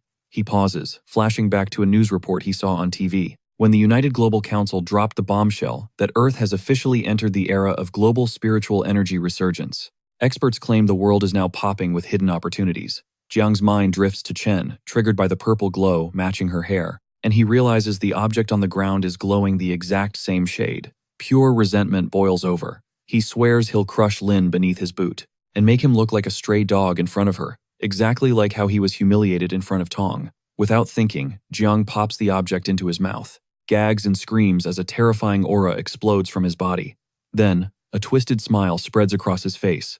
Power, he whispers. Incredible power. Meanwhile, Tong is screaming for her life, surrounded by a wolf pack. Jiang bursts onto the scene, shouting, "You okay, babe?" Tong yells at him to watch out for the wolves, but Jiang is already throwing hands. "Chill," he says, mid-strike. "These mutts are like ants to me now." Tong stares bewildered. Since when did he get this jacked? Is that kind of strength even human? The other guy gasps. He must have awakened. He's a spiritual energy cultivator. Just like on the news, Tong eyes Jiang, her gears turning. Is he really one of those elite cultivators? If he's that powerful, he's definitely the man destined for her. Across the woods, our protagonist warns his partner to stay low, because they're closing in on that mass of dark spiritual energy. Yue nods, sensing the pressure. "Hold up," Lin whispers, and they vault into the treetops, watching a pack of wolves scattering below. "What's up with the mutants?" Yue asks. Tian squints, spotting the damage. They've been shredded by dark attribute spiritual energy. Yue frowns. "Should we radio Director Lu?" "Not yet," the protagonist counters. "We need intel first, or Lu will just waste manpower." He picks up the pace. "But first, I promised the commander these beasts wouldn't touch the city." With an arrogant flair, he unleashes his aura, wiping the entire pack in a split second. "Let's roll," he signals Yue. Deeper in, Yue points out a campsite. When suddenly Jiang lunges out of the shadows, the protagonist blocks the strike effortlessly. Jiang pauses, eyeing Yue. Damn, another hottie. She's got the same fire as the last one. Jiang wonders how a loser like Lin pulls these girls. "You've got talent, sweetheart," he sneers. "How about a drink later?" Yue ignores the thirst. "Who are you and why did you jump, my partner?" Jiang grins. "I've got a score to settle with, Lin. I'm gonna teach him a lesson." Yue's eyes narrow. "If I hadn't stepped in, that lesson would have been a funeral." Lin cuts in. "You swallowed a dark spiritual energy artifact, didn't you?" Jiang laughs. "Got it, in one. I'm a cultivator now, and a damn powerful one." Tian stares him down. "So you're the reason that wolf pack was running scared? Do you have any clue how many civilians would have been slaughtered if those things hit the city limits?" Jiang scoffs. "I'm a cultivator. Why should I give a damn about the lives of weaklings?" "That does it." The protagonist sighs. "You're not even worth the breath. You don't need a lesson, you need a severe beatdown." "I'm done being a turtle hiding in its shell," Jiang roars, laughing maniacally. "I'll show you what a real cultivator can do." Lin just sparks up his lightning. Scanning Jiang, his spiritual energy is hovering around level 2 of the stagnant spring realm. Typical. That's the resurgence for you. One lucky magic fruit, and a nobody gets a massive stat boost. Jiang charges in. Tian catches the hit. "Not bad," Jiang grunts. The protagonist looks bored. Is that it? You have a death wish, Jiang screams. They trade rapid-fire blows, but Jiang's eyes go wide. How? How are you blocking everything? Tian hits him with a brutal reality check. The guy is absolute trash. For a non-cultivator, looking at Tian is like a frog at the bottom of a well trying to glimpse the moon. But for a cultivator, it's like a speck of dust trying to comprehend the entire sky. Then Tian delivers a devastating direct hit, sending him launching through the air like a ragdoll. Jiang is reeling, mind blown by the power gap, while his crew rushes over in a panic. Tong stands there paralyzed by Lin's insane strength. She's spiraling, wondering if he really just one-shotted her boyfriend, instantly regretting showing her hand too early. The protagonist doesn't waste time. He orders the whole squad detained. Time for a hardcore interrogation to see if anyone else snagged an unfair advantage. Yue steps up, saying she's flagging this to the director. They need to lock down the mountain as soon as possible. Jiang is on the ground, mentally broken, unable to process his loss, until a voice whispers in his head, asking if he craves power. Suddenly, he glitches into a dark dimension, totally disoriented, staring down a terrifying entity. He screams that he wants invincible strength. He needs enough power to crush Lin beneath his boot, and he's ready to pay any price. The creature grins and floods him with dark energy. Jiang laughs maniacally as the surge hits him, shouting that this is the juice he needed. Back in the forest, Yue tells the group they're coming with her, straight to the Cultivators Association for a little chat. But suddenly, a massive evil aura explodes around Jiang. The protagonist shouts a warning to his partner as violent winds rip through the clearing. The boy is freaking out, asking what's going on. Tong is terrified, begging Jiang to stop, because she doesn't want to die today. Lin realizes the commander's intel was spot on. Yue demands answers as the chaos unfolds. The monster speaks, announcing its grand return to the mortal realm. It's back in business. Yue is stunned. How did this guy jump from level 2 of the stagnant spring realm straight to level 4 in a split second? Tian warns her to stay sharp because that thing isn't human anymore. Suddenly, the system pings with a red alert. Minor dark attribute monster detected. It's the Dark Lord. A temporary mission triggers. Defeat the Dark Lord. The loot, the first spiritual energy attribute cultivation frame. The protagonist frowns. He's never seen a mob like this, not even in his past life. He needs to figure out its attack patterns fast. The monster sneers, calling the flesh and blood of the previous humans low-tier trash. It couldn't even manifest a full form with that weak fuel. But he senses the spiritual energy inside. Lin and Yue is top tier. If he devours them, he'll regain a massive chunk of his power. Deciding to snack on the weaker girl, first the monster lunges. Tian reads the move and intercepts the strike. The creature is impressed, asking if that block was just pure luck. Tian stares him down, demanding to know what he is. And what happened to Jiang and the others? The monster claps back, saying a nobody isn't worthy of that info. He gives an ultimatum: surrender or get deleted. Lin notes that this thing clearly isn't here to negotiate. Looks like he's got to teach this beast a painful lesson. The monster laughs, mocking him, asking if he's actually serious. It decides to give him a taste of extreme darkness first. The monster attacks and Yue cries out, terrified for her partner. The creature keeps rushing them, so Yue fires off her own skills. But the monster just shrugs it off, calling it useless. An attack on her level can't even scratch its defense. It tells her to stop struggling and just accept becoming his dinner. Suddenly, Lin blurs into motion, piercing the enemy's body and slicing a chunk of it into ribbons with god-tier speed. He coldly asks if that was the monster's max effort. The creature snarls, asking if he thinks breaking the dark space seal makes him tough. Yue steps up, ready to fight by her partner's side. The protagonist waves her off. He doesn't need an assist. She needs to stay put. He wants to solo this boss to test his absolute limit. Yue looks confused, asking what he means by full strength. Lin answers by unleashing a terrifying wave of energy. That's what he means.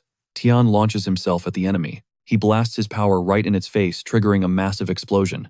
The monster is baffled, asking, is it really being pushed back by a mere human? The protagonist asks if it's feeling fear, yet provoking the monster to charge again. It screams that a human daring to look down on it is a death sentence. The pressure spikes, but Lin watches with zero panic. He tanks the attack without a scratch. The monster is shook, realizing the boy walked out of that collision completely unscathed. Tian asks if that's all it's got, disappointed that the monster can't even force him to go all out. He calls the whole fight a letdown. The monster realizes this kid isn't normal. His power level is actually higher than its own. It tries to flee, thinking it can't die here. It needs to farm more humans. It needs to grind for power and come back for revenge later. The protagonist asks who gave it permission to leave, and blasts it with devastating lightning. The monster screeches in agony, abandoning most of its body to transform into a bat. Tian notes the desperation move to survive. It sacrificed 90% of its mass. Yue runs up, checking if he's okay. The protagonist confirms he's good. But a fragment of the shadow monster got away, so they need to alert the director immediately. Meanwhile, somewhere else, a broadcast announces a massive cold front, bringing heavy rain to the city. A red storm alert is in effect. Officials advise everyone to stay indoors. The announcer warns that something huge is about to go down this afternoon. He's cracking jokes about that cliché trope where you flex too hard and get struck by lightning.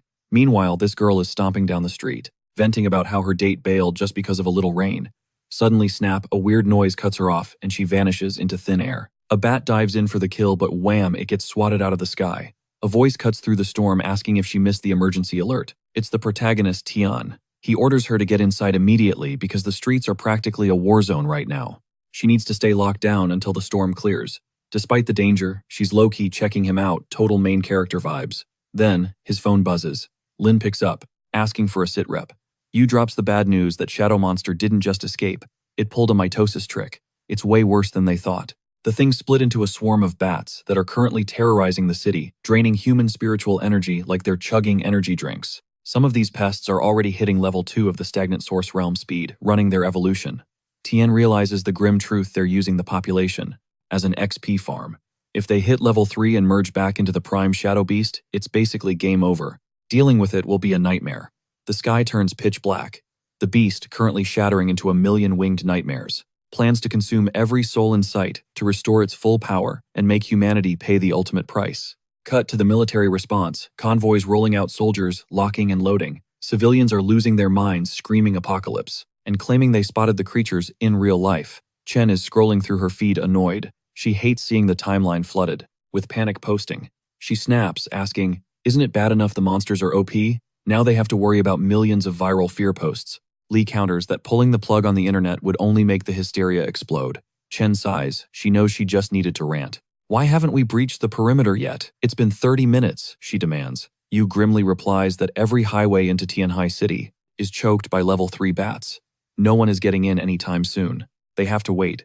Chen just prays Lin isn't out there looking for trouble. Speak of the devil, Tian strolls in with his partner and Fang, bringing the whole squad. Yu spots him instantly. Lin asks if the crew is good, and Ching steps up, explaining she and her sister were mid-training session when the director dropped the summons. They knew the anomaly had triggered. Fang laughs, recounting his morning. He was literally grabbing street food with his boys when a mutant bat tried to snack on his subordinate. Fang one-shot, the thing crushed it, and then get this, he stuck it on a giant skewer, and shared the meal with the squad. Tian smirks, "Hope you guys have iron stomachs." The room quiets down. The director signals it's time to patch in the military brass for the video conference. Yu gives the green light to the commander, who acknowledges that the full Spiritual Energy Association is online.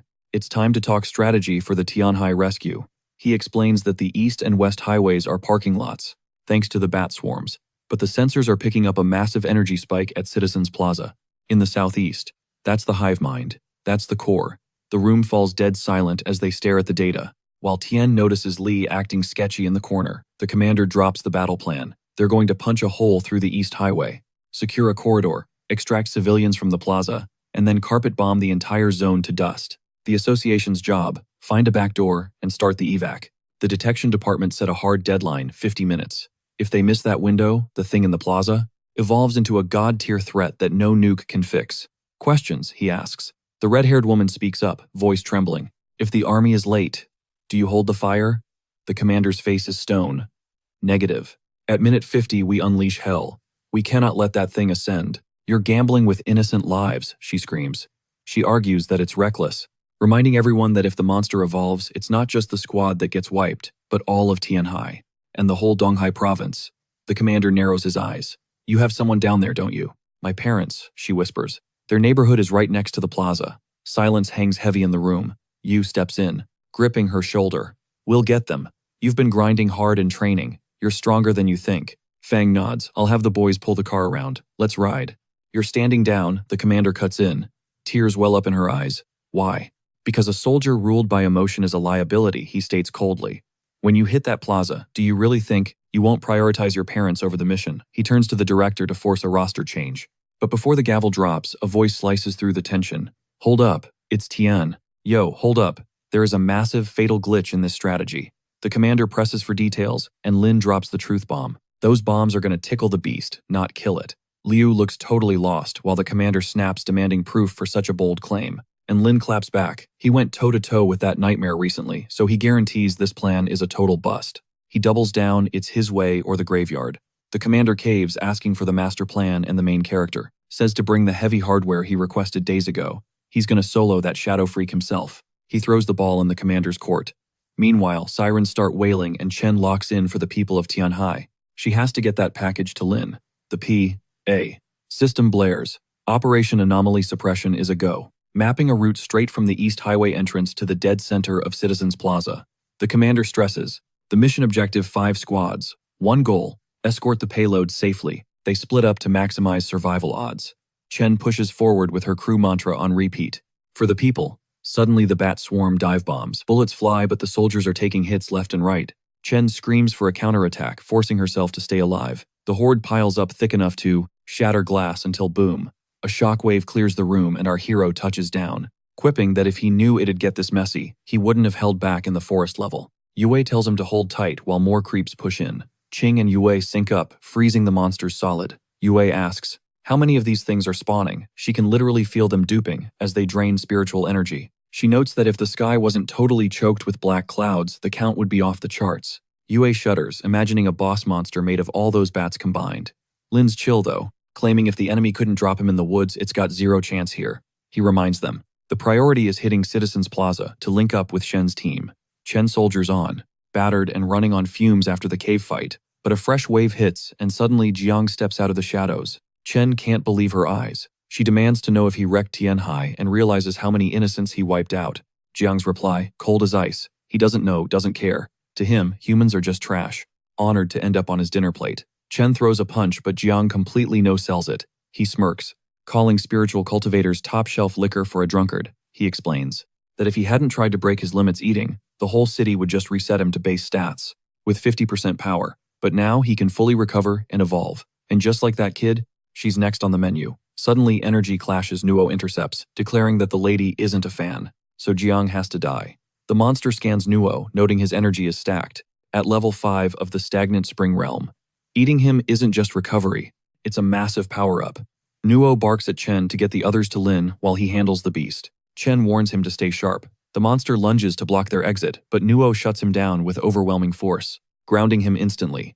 The soldiers retreat with Chen as fresh bats swarm. She panics, too many hostiles, and they've buffed up, standard ammo is bouncing off. Doubt starts creeping in, can she deliver the package? Will Lin make it to the rendezvous? She forces those thoughts out. Locking in on the mission, a bat dives at her, drool dripping. When crunch, massive pressure flattens it. The protagonist lands, announcing the gang's all here, and Chen instantly relaxes. He tells her to chill, he's on the clock now. He asks for the item. Chen explains, her grandpa gave the order. Struggling with the weight, wondering what the heck it is. Lin's like, wait, the commander didn't brief you. She shakes her head. He just called it a powerful weapon. Lin unwraps it, and it's a sword. Chen's skeptical, that thing does damage. The protagonist grins, guaranteed. Watch this. He tells her to back up so he can work. Lin clears the area, declaring it's showtime. Bats rush in. Lin opens the system interface, hits the button, and the blade glows with insane aura. Cross, slash. One swing wipes out a massive chunk of the horde. The squad is floored.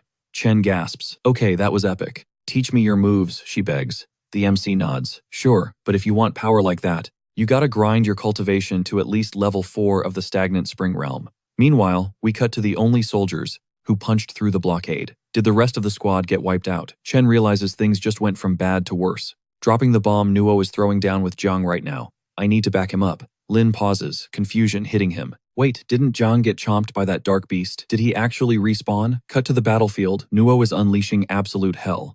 The monster sneers. You'll burn out eventually, but my bats. Infinite spawn glitch, buddy. The swarm dives toward the scattered ice, carpeting the ground. Nuo freezes. They aren't rescuing their fallen comrades. They're sucking up the leftover spiritual energy. He spots a few evolving to stagnant spring level 3 instantly. Nuo throws up a defensive barrier, bracing for impact, but spiderweb cracks shatter the shield into dust. He's forced back, mind racing. Okay, this is getting sketchy. The monster mocks him, keeping your distance. Smart. Or should I smell that as fear? Nuo charges, unleashing another combo, but the enemy just smirks and parries it like it's nothing, leaving Nuo stunned. The beast cackles, I knew you'd back yourself into a corner. Don't expect me to play nice, especially with all this delicious power. Nuo gasps, wait, are you seriously using my spiritual energy to buff yourself? The monster grins. You should be thanking me. You helped me hit my level cap.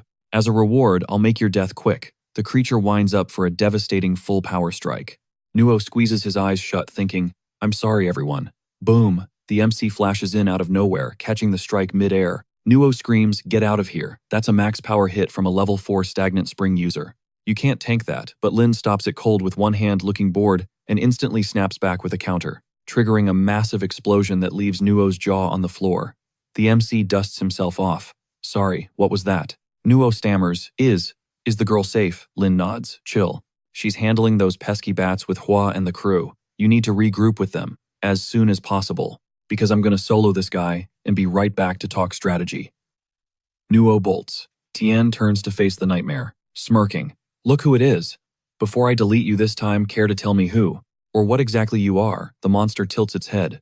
What do you mean I'm Jiang? Don't you recognize your old pal Tian? The MC sighs. Alright, play dumb. If you won't talk, then it doesn't matter. Because this ends right now. The monster sneers. You really think I'm the same weakling? From the forest, let me show you what peak performance looks like. He lunges. Lin slices through the attack like butter. Deadpan. That's it. The monster blinks, stunned. Suddenly, the sky darkens with a massive swarm of bats, and the MC watches calculating. Cut to the squad. What the hell is going on? Hua turns to her teammate. Do you feel that? That energy coming from the black cloud. Yue points up. Look, the mutant bats are converging on it. Like they're following a command. Chen shakes her head. That's insane. How is it even possible? For there to be so many, Qing asks, status report. Chen checks her scanner, pale-faced. According to these readings, that thing in the sky registers as a legendary supermutation. She rattles off the threat scale. First, you got anomaly. Low threat, minimal impact, civilians can handle it. Then, disturbance. Minor issues, rookie cultivators clean these up. Next is danger, monsters with real firepower. Can threaten small towns, needs intermediate pros. Then, supermutation creatures that can wipe a small city off the map. Takes a squad of elites to stop.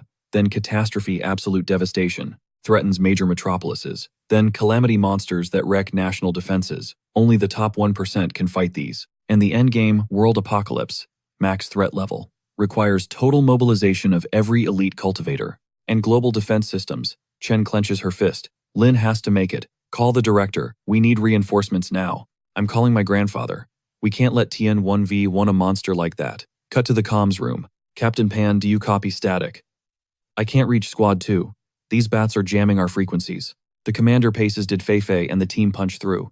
A soldier points at the screen. Sir, look at the bats. They're all swarming to one coordinate. Status report. Suddenly, a soldier touches his headset. Wait, I hear something. Are they alive? A crackle of static, then a voice cuts through. This is Squad 2. We're back online.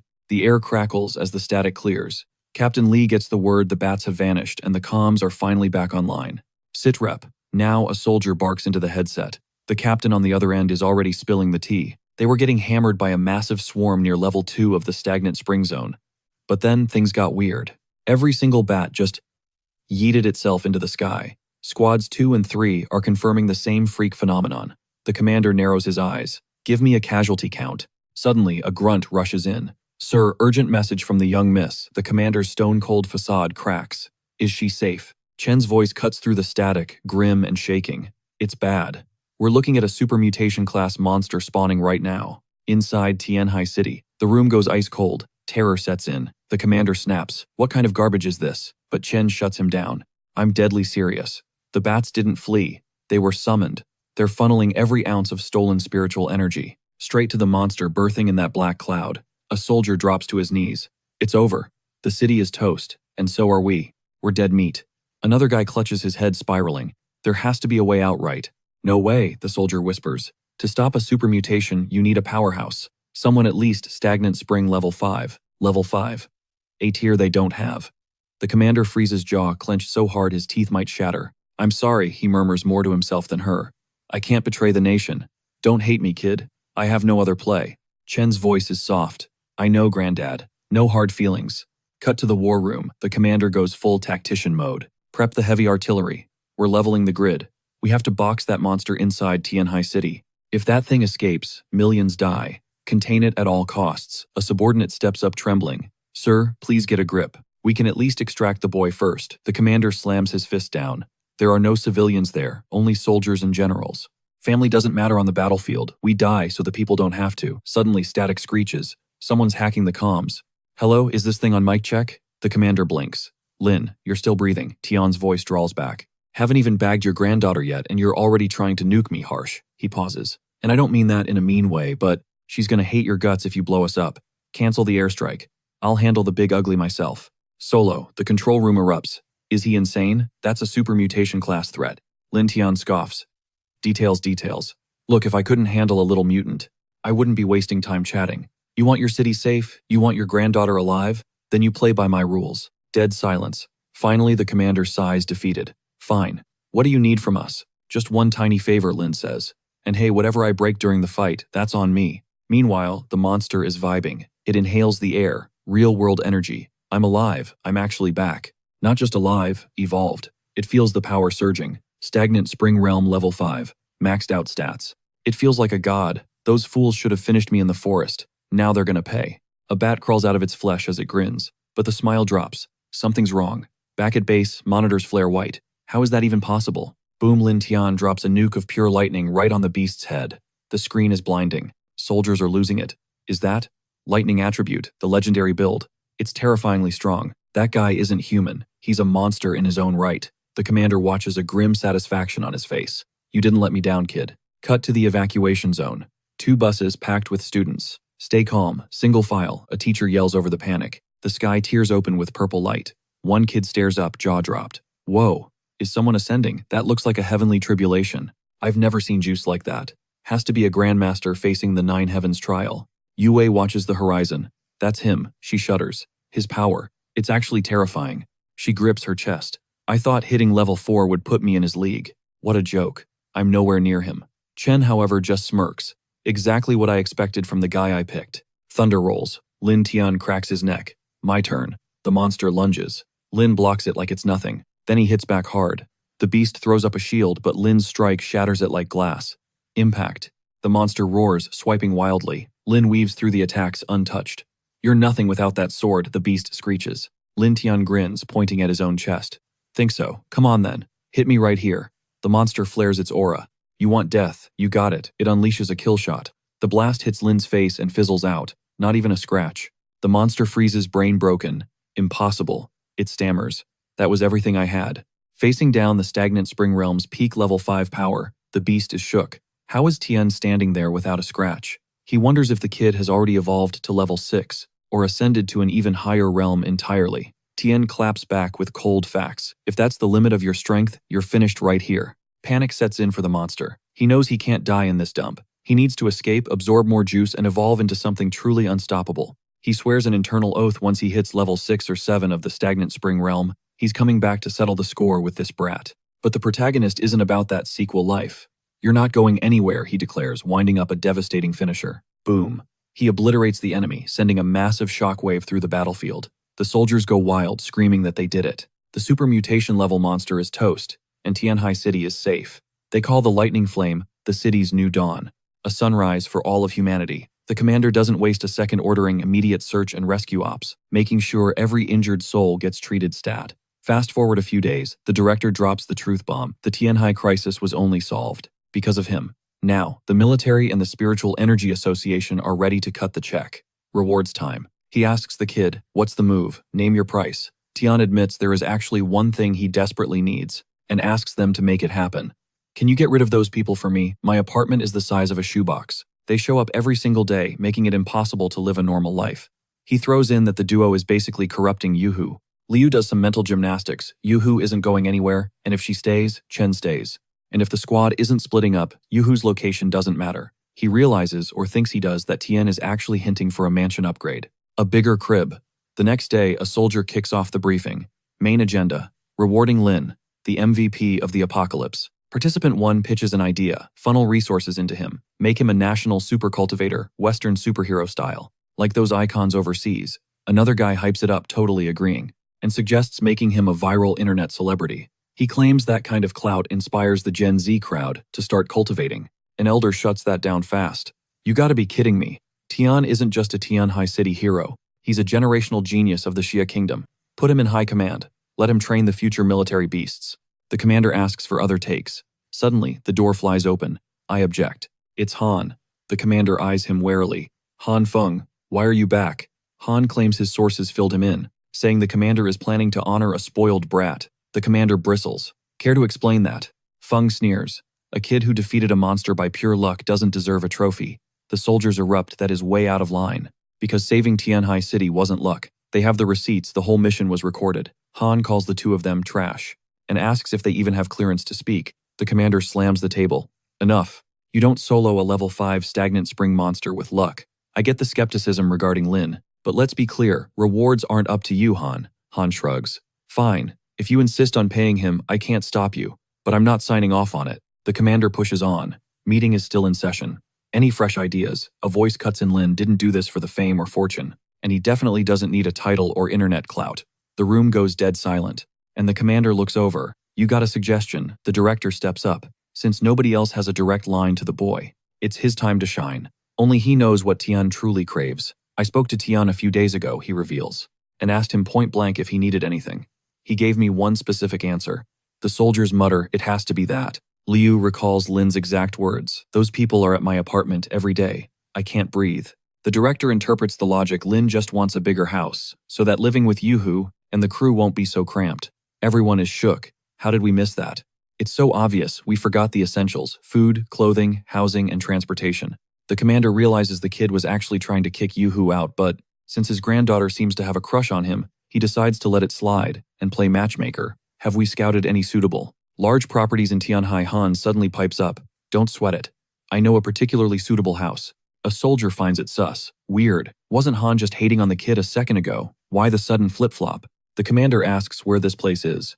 Han drops the bomb. Chiang Road, Haishi City. The soldiers freeze. Haishi. Isn't that zone on total lockdown? Intel says the anomaly there has hit level 6 of the stagnant spring realm. Liu protests immediately. The Spiritual Energy Cultivation Association. He's never beefed with Tian before, so he calls them out, asking why they're throwing so much shade, and reminding the brass this meetup was supposed to be a reward ceremony, not another suicide mission. Han claps back, claiming he just believes that if Tian can't even clear out a single house, he doesn't deserve a penny. The commander narrows his eyes, asking if Han is challenging his authority, but Han backs down fast, claiming he wouldn't dare. He just wants a front row seat to see if this so-called hero everyone's hyping up is actually the real deal. Cut to another scene. Someone slides a document over with a nervous apology. It's the director, explaining he barely dodged, getting cut out of the loop. The military originally planned to hook Tian up with a massive payout, but someone meddled in the process. And this is the twisted result. The protagonist stares at the paper. It's the property deed for the Green Lake Manor, located on Chiang Road in Haishi City. Lin's jaw drops, realizing this crib must be worth tens of millions. Totally shocked that they're just handing over something that expensive like it's nothing. Liu speaks up, saying, if the vibe is off, he can swap it out because it's not worth dying over. Tian shuts that down, replying that a mansion worth tens of millions isn't about liking or hating it. It's about having the power to own it, and this will work just fine. The director drops the other shoe. There's a catch. A level 6 mutant beast from the stagnant source realm popped up in Haishi last month, and the energy core of that monster is sitting right inside the manor they just gifted him. The military rigged up a squad to roll with him to make sure the raid succeeds. The protagonist asks why they're making it so complex, and declares he's running this solo. Liu counters, acknowledging that Tian wrecked a level 5 monster in the stagnant source realm before, but this freak of nature in Haishi is a level 6, and Tian can't just go full Leroy Jenkins here. Even though it's just a 1-level difference between 5 and 6, the power gap is absolutely massive. He insists Tian is still a rookie and needs to grind patiently, but the protagonist drops the mic. He's already hit level 7 of the stagnant spring realm. Meanwhile, inside a moving car, a voice demands to know who this kid thinks he is, and why he's demanding they cooperate, adding that the squad at the camp hasn't made a dent in Green Lake Manor for half a month, doubting this barely legal teenager can actually change anything.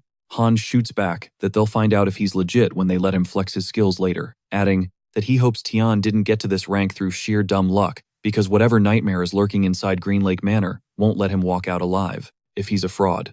The driver nods, convinced Tian only beat the anomaly in Tianhai by a total fluke.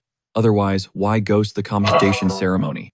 He claims that screams guilty conscience. Han grins, saying arrogant brats need the veterans to humble them sometimes. Suddenly, a woman cuts in, warning him not to let his personal grudge mess up the op, since reclaiming Haishi territory is the only thing that matters. Han snaps, telling her she doesn't need to micromanage him. Scene shifts. The protagonist is standing in front of the gate when the woman walks up, introducing herself as the secretary for the Haishi Mayor's commander, and pointing out that the two guys flanking her are Han and the second lieutenant in charge of purging the city's mutant threats. Han sizes him up, asking if he's really the guy who took down the level 5 stagnant source monster in Tianhai. And Lin confirms it, asking what his point is. Han scoffs, saying it's nothing, he just pictured someone gritty and battle-hardened like his camp bros, not expecting a pretty boy K-pop lookalike. Tian fires back, asking if they think monsters give out passes, just because the hunters look like gym rats. Han warns that if Tian's skills are just yapping, he's not making it out of this mission alive. The protagonist tells him to chill because he's all about action, not talk, adding that if they're terrified of dying, they don't even need to step inside. The secretary sighs, saying even if their vibes don't match, she hopes they can agree on one rule. Once they cross into Green Lake Manor, they have to watch each other's backs. Since nobody argues, she takes the silence as a yes and starts the mission briefing. Ever since spiritual energy returned to Earth, a massive spike of dark spiritual energy exploded in Green Lake Manor, and now it's occupied by some unknown entity. The scanners are picking up readings that the mutant inside is at least a level 5 stagnant source realm threat. After the death toll in Haishi hits 68, they finally manage to seal the monster inside the property. She admits that's all the intel she has, and the rest is on them, begging them to stay frosty. Lin declares that if the lore dump is over, they should get moving. The lieutenant asks if the kid is insane for rushing in without a battle strat, and Han orders them to tail him and make sure he doesn't bail. They push forward while Tian checks his system, realizing it's another dark attribute monster, the third one he's run into in just a few days. From his last mission, he unlocked a new attribute reward, and debates picking the dark attribute but decides to lock in the light attribute instead. Back in his first run, he never hit this power ceiling, his grasp on light and darkness, totally surface level. But to keep history from repeating itself with Hua and the crew he's locking in, the light attribute, fingers crossed it comes with a healing buff. Meanwhile, the lieutenant is still pressing him about diving in with zero strategy. Got a blueprint, he asks. Lin's like, nope, why waste time plotting? You can't map out a raid until you see the battlefield. The lieutenant's doubting his reliability, but Han just cuts in, stay sharp. Out of nowhere, bam, a wolf lunges. Han tanks the hit and intercepts. The beast realizes it messed up and creates distance instantly. You good, Han? Checks his teammate. The lieutenant nods, thanks mind, racing these outer zone mutants are built different. Their stats already dwarf his own, and this is just the perimeter. The boss room inside, gonna be a nightmare. Han barks another warning. Watch out, that mutt's already tier 4 stagnant spring realm. It lunges for round 2. The lieutenant watches in awe. As expected of the boss, trading blows with a beast that high level, insane. They clash shockwaves, flying until the wolf takes a hit. Han glares at it, eyes dripping with pure killing intent. Then Lin pipes up, bored. You done playing with your food? We got a manor to clear. The lieutenant snaps back. That thing is level 4. You think this is easy mode? Tian doesn't answer. He just draws his blade, locks on, and slash. One hit. Game over. Han's jaw hits the floor. The protagonist sheathes his weapon. I'll take point. You guys catch up whenever. Han is frozen. He was fighting for his life, and this kid just bisected the monster like it was butter. The implication is terrifying. The lieutenant whispers, Did we trash talk the wrong guy? Han sweats. Apologize. Now. You do not want beef with a monster like that. Lin steps into the lobby and immediately senses the vibe is off. Something isn't adding up. 68 people died here, right? So where are the bodies? He turns to Han. Did the military do a cleanup sweep? Negative, Han says grimly. We barely contained the perimeter. No one made it this deep to recover anyone. Tian narrows his eyes. If that's true, the things inside aren't just level 5. The danger meter just spiked. Han asks, you think? They ate them all. The protagonist shakes his head. Mutants crave spiritual energy, not cheap meat. But something weird is going on. Stay frosty. He looks at the stairs. We need to split up. Who's taking the top floor? Han hesitates, but Lin makes the call. I'll handle the upstairs. You two sweep the basement. Tian starts climbing. The hallway is dead silent. Nothing. But his gut is screaming danger. Even if the monsters had a feast, there should be bones left behind. He activates his new light attribute. Spiritual energy flares up, scanning the dark miasma. He focuses, piercing the veil until gotcha. Meanwhile, down in the dark basement, the duo is creeping forward. This place gives me the creeps, the lieutenant mutters. Han grips his weapon. Lock it in. Be ready to throw hands at any second. The air pressure drops. They flinch. Boom. Explosion rocks the room. They drop into combat stances instantly. A nightmare beast emerges from the smoke. No hesitation, both charge in. The monster unhinges its jaw and blasts a wave of power. The collision shakes the foundations. It's too strong, Han yells. The lieutenant doesn't listen, diving in for a strike. Connects. But clang. 0 damage. What? He gasps. Its hide is like armor plating. The beast lunges to swallow him whole. Han tackles him out of the way, screaming, Get away from my brother. Smack. The creature swats Han like a fly, sending him crashing through debris. Captain, the lieutenant scrambles toward the beast in a panic. Don't do it, Han wheezes. Suddenly, an overwhelming surge of energy nukes the monster from above. Obliterated. The lieutenant looks up through the dust, bewildered. It's him, the protagonist. He lands with crushing force, looking bored. What are you two doing? Can't even handle a weak little puppy. Han struggles up. You. One-shotted the manor boss. Just how strong are you now? Lin looks at him like he's crazy. Huh. We haven't even seen the boss yet, Lin says. Han points at the corpse. That was the monster. Nope, Tian replies flatly. That was just a shadow clone. He sighs. Explaining as a drag. Actually, let me just show you. Welcome to the real world. He snaps his fingers. A blinding light floods the room, reflecting in their wide eyes. When their vision clears, the scenery shifts. Hell on earth. Hordes of dogs devouring bodies. Han freezes exhausted from the last fight, as the pack spots them. He and his partner are running on fumes and the room is packed with monsters. What? Why are there so many people? The lieutenant stammers. The protagonist scoffs. Open your eyes. Stop talking nonsense. This is the monster's nest. Of course, the whole pack is home. Han's face goes pale. Fall back, now. He's talking about calling in the cavalry and raining down artillery fire, claiming it's the only way to breach the perimeter. The lieutenant nods along, but Lin cuts in. Isn't this place part of my payout? How am I supposed to live here if you blow it to smithereens? He waves them off. Too much hassle. Clearing out this trash. Takes a second. Tian moves. One gesture and boom, blinding lightning erupts, frying every beast in the radius with terrifying precision. Han and the lieutenant are jaw-dropped stuttering. What kind of power level is that? Did he just one-shot the entire mob? The monsters are toast. Han gasps. Dude is unreal. Looks like the Green Lake Manor crisis is officially over. No kidding, the lieutenant exhales. I thought I was a goner. Never expected him to speedrun the whole thing. Not even close, the protagonist counters. The mansion isn't clear. Those things, just the welcoming committee. Han looks insulted. Are you seriously calling those nightmares weak? If they're inferior, what does that make us chopped liver? You gotta be kidding, he continues. Last month's intel said the boss signal peaked at level 5. Stagnant Spring Realm stuff. Lin narrows his eyes. That means in just 30 days, the thing evolved. It's a whole new monster now. The lieutenant sweats. Can we even win this? Tien stays cool as ice. Chill. Just stick to my 6 and don't wander off. I'll handle the freaks. They push forward the protagonist, deleting every threat in his path. Han stares. Is this what a real spiritual cultivator looks like? The lieutenant shakes his head. He's mowing them down so fast it looks like he's hacking. Total aimbot behavior. Han checks the time. It hasn't even been 10 minutes and he's already wiped the entire first floor. Lin drops the last straggler and pauses. Got a signal. It's in the courtyard. He turns to them. Stay sharp. They nod, trailing him. Outside, a suffocating pressure crushes the air. Tian glances sideways. What's that? A massive shape looms draped in heavy dark energy. The protagonist flares his own aura in response, matching the intensity. That's the boss, he realizes. The lieutenant opens his mouth, but Han silences him instantly. Zip it. Big bro is charging up. The lieutenant watches the energy swirl. What's he planning with all that juice? Is that the mansion's king? Han shudders. I've only felt pressure this heavy from one guy, the Haishi president. The Cultivators Association head honcho. A level 6 stagnant spring powerhouse. He gulps. This is a clash of titans. The beast twitches a claw, and Lin fires back. The shadows lift. It's a colossal mutated bird. Han panics. Game over, man. How does something that busted even exist? Tien just smirks. Finally. Something that can actually take a hit. The bird locks eyes and dives. The protagonist sidesteps the lunge. The monster screeches, blasting energy from its beak. Lin grins. Bring it on. Tian unleashes his full force, slamming into the creature head-on. Han and the lieutenant lose their minds. He's actually tanking it. The bird tries to flee, sensing defeat. The protagonist's eyes flash.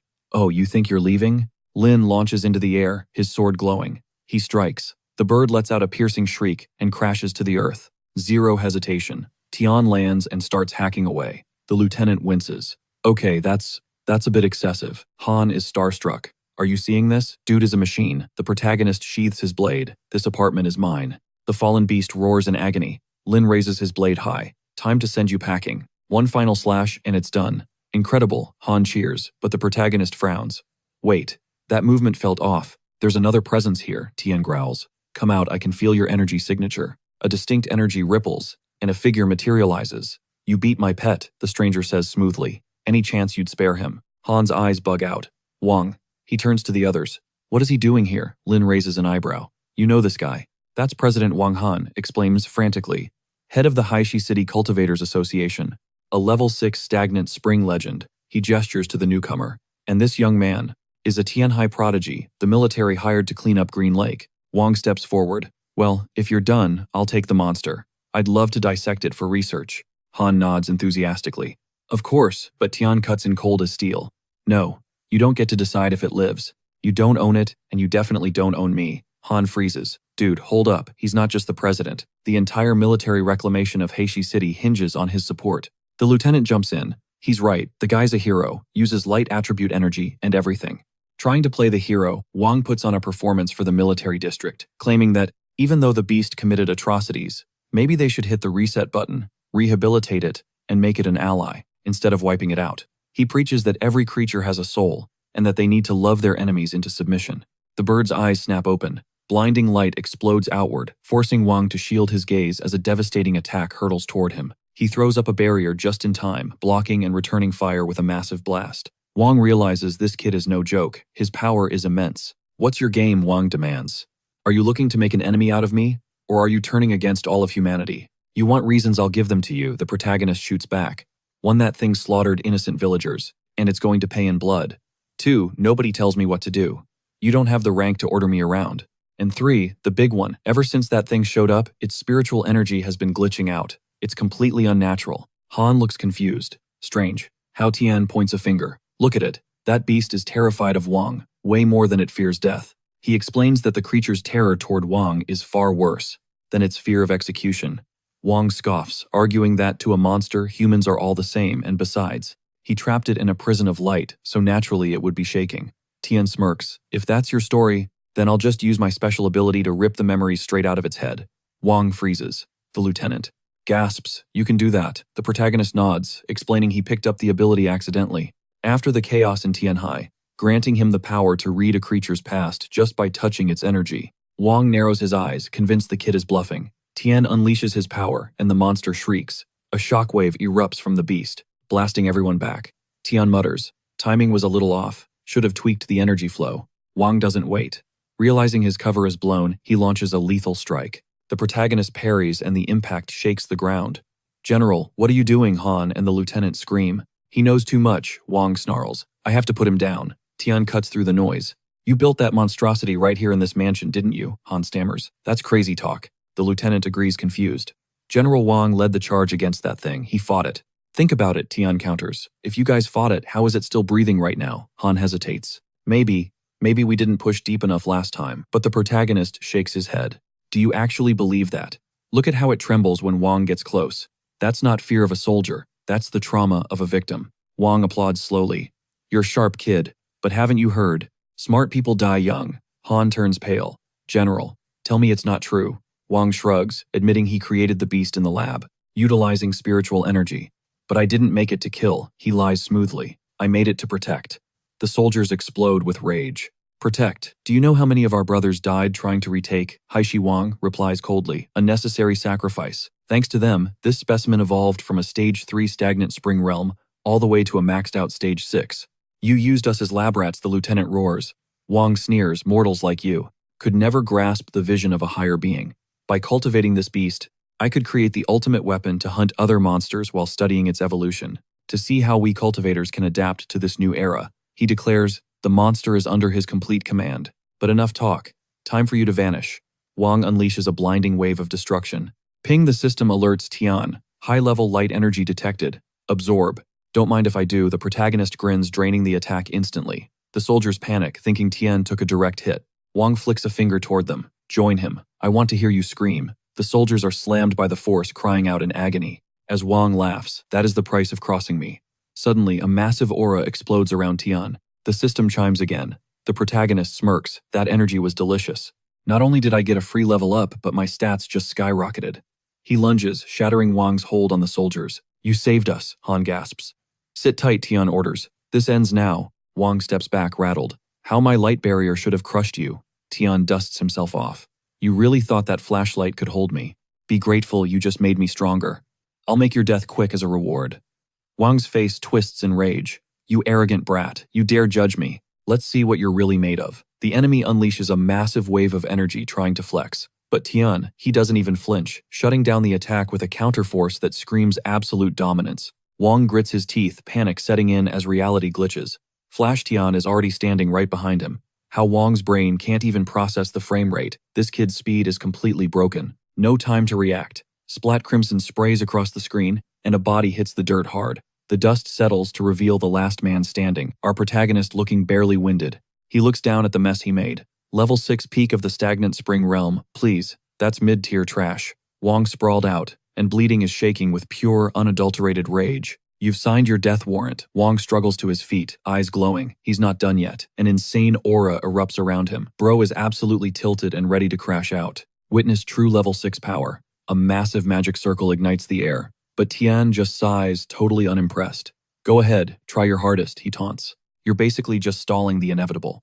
Wong snaps, thrusting his hand forward and blasting a concentrated beam of destruction straight through the glowing glyph. Tian deflects it like a fly. Wong doesn't stop. He lunges blade raised, triggering a cataclysmic explosion. Smoke clears, and Tian is yawning. Too slow. Are you lagging? Whamlin catches him from the blind spot, launching Wong across the battlefield like a ragdoll.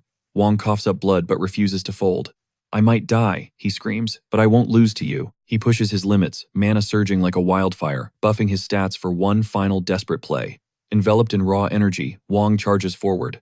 This is everything I have. Wong roars, unleashing his ultimate move. Tian smirks, bracing himself. Bring it on, old man. Let's see what breaks first. Your sword or my skull. The protagonist raises his weapon, unleashing a terrifying pressure that distorts the air. Both fighters dash, impact imminent. Right before collision, Wong's eyes go wide. Impossible.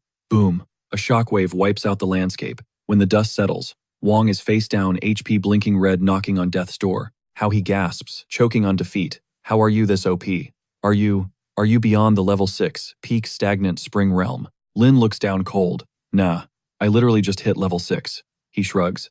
Is that supposed to be hard or something? Wong's jaw hits the floor. His brain breaks. Is this kid actually level 7? The math isn't mathing. How much time has even passed? Since the spiritual energy reawakened, how did someone grind this fast? Tian checks his imaginary watch. Look, I've got actual business to handle. Game over. As the protagonist steps in for the kill, Wong's internal monologue screams in terror. He can't end like this.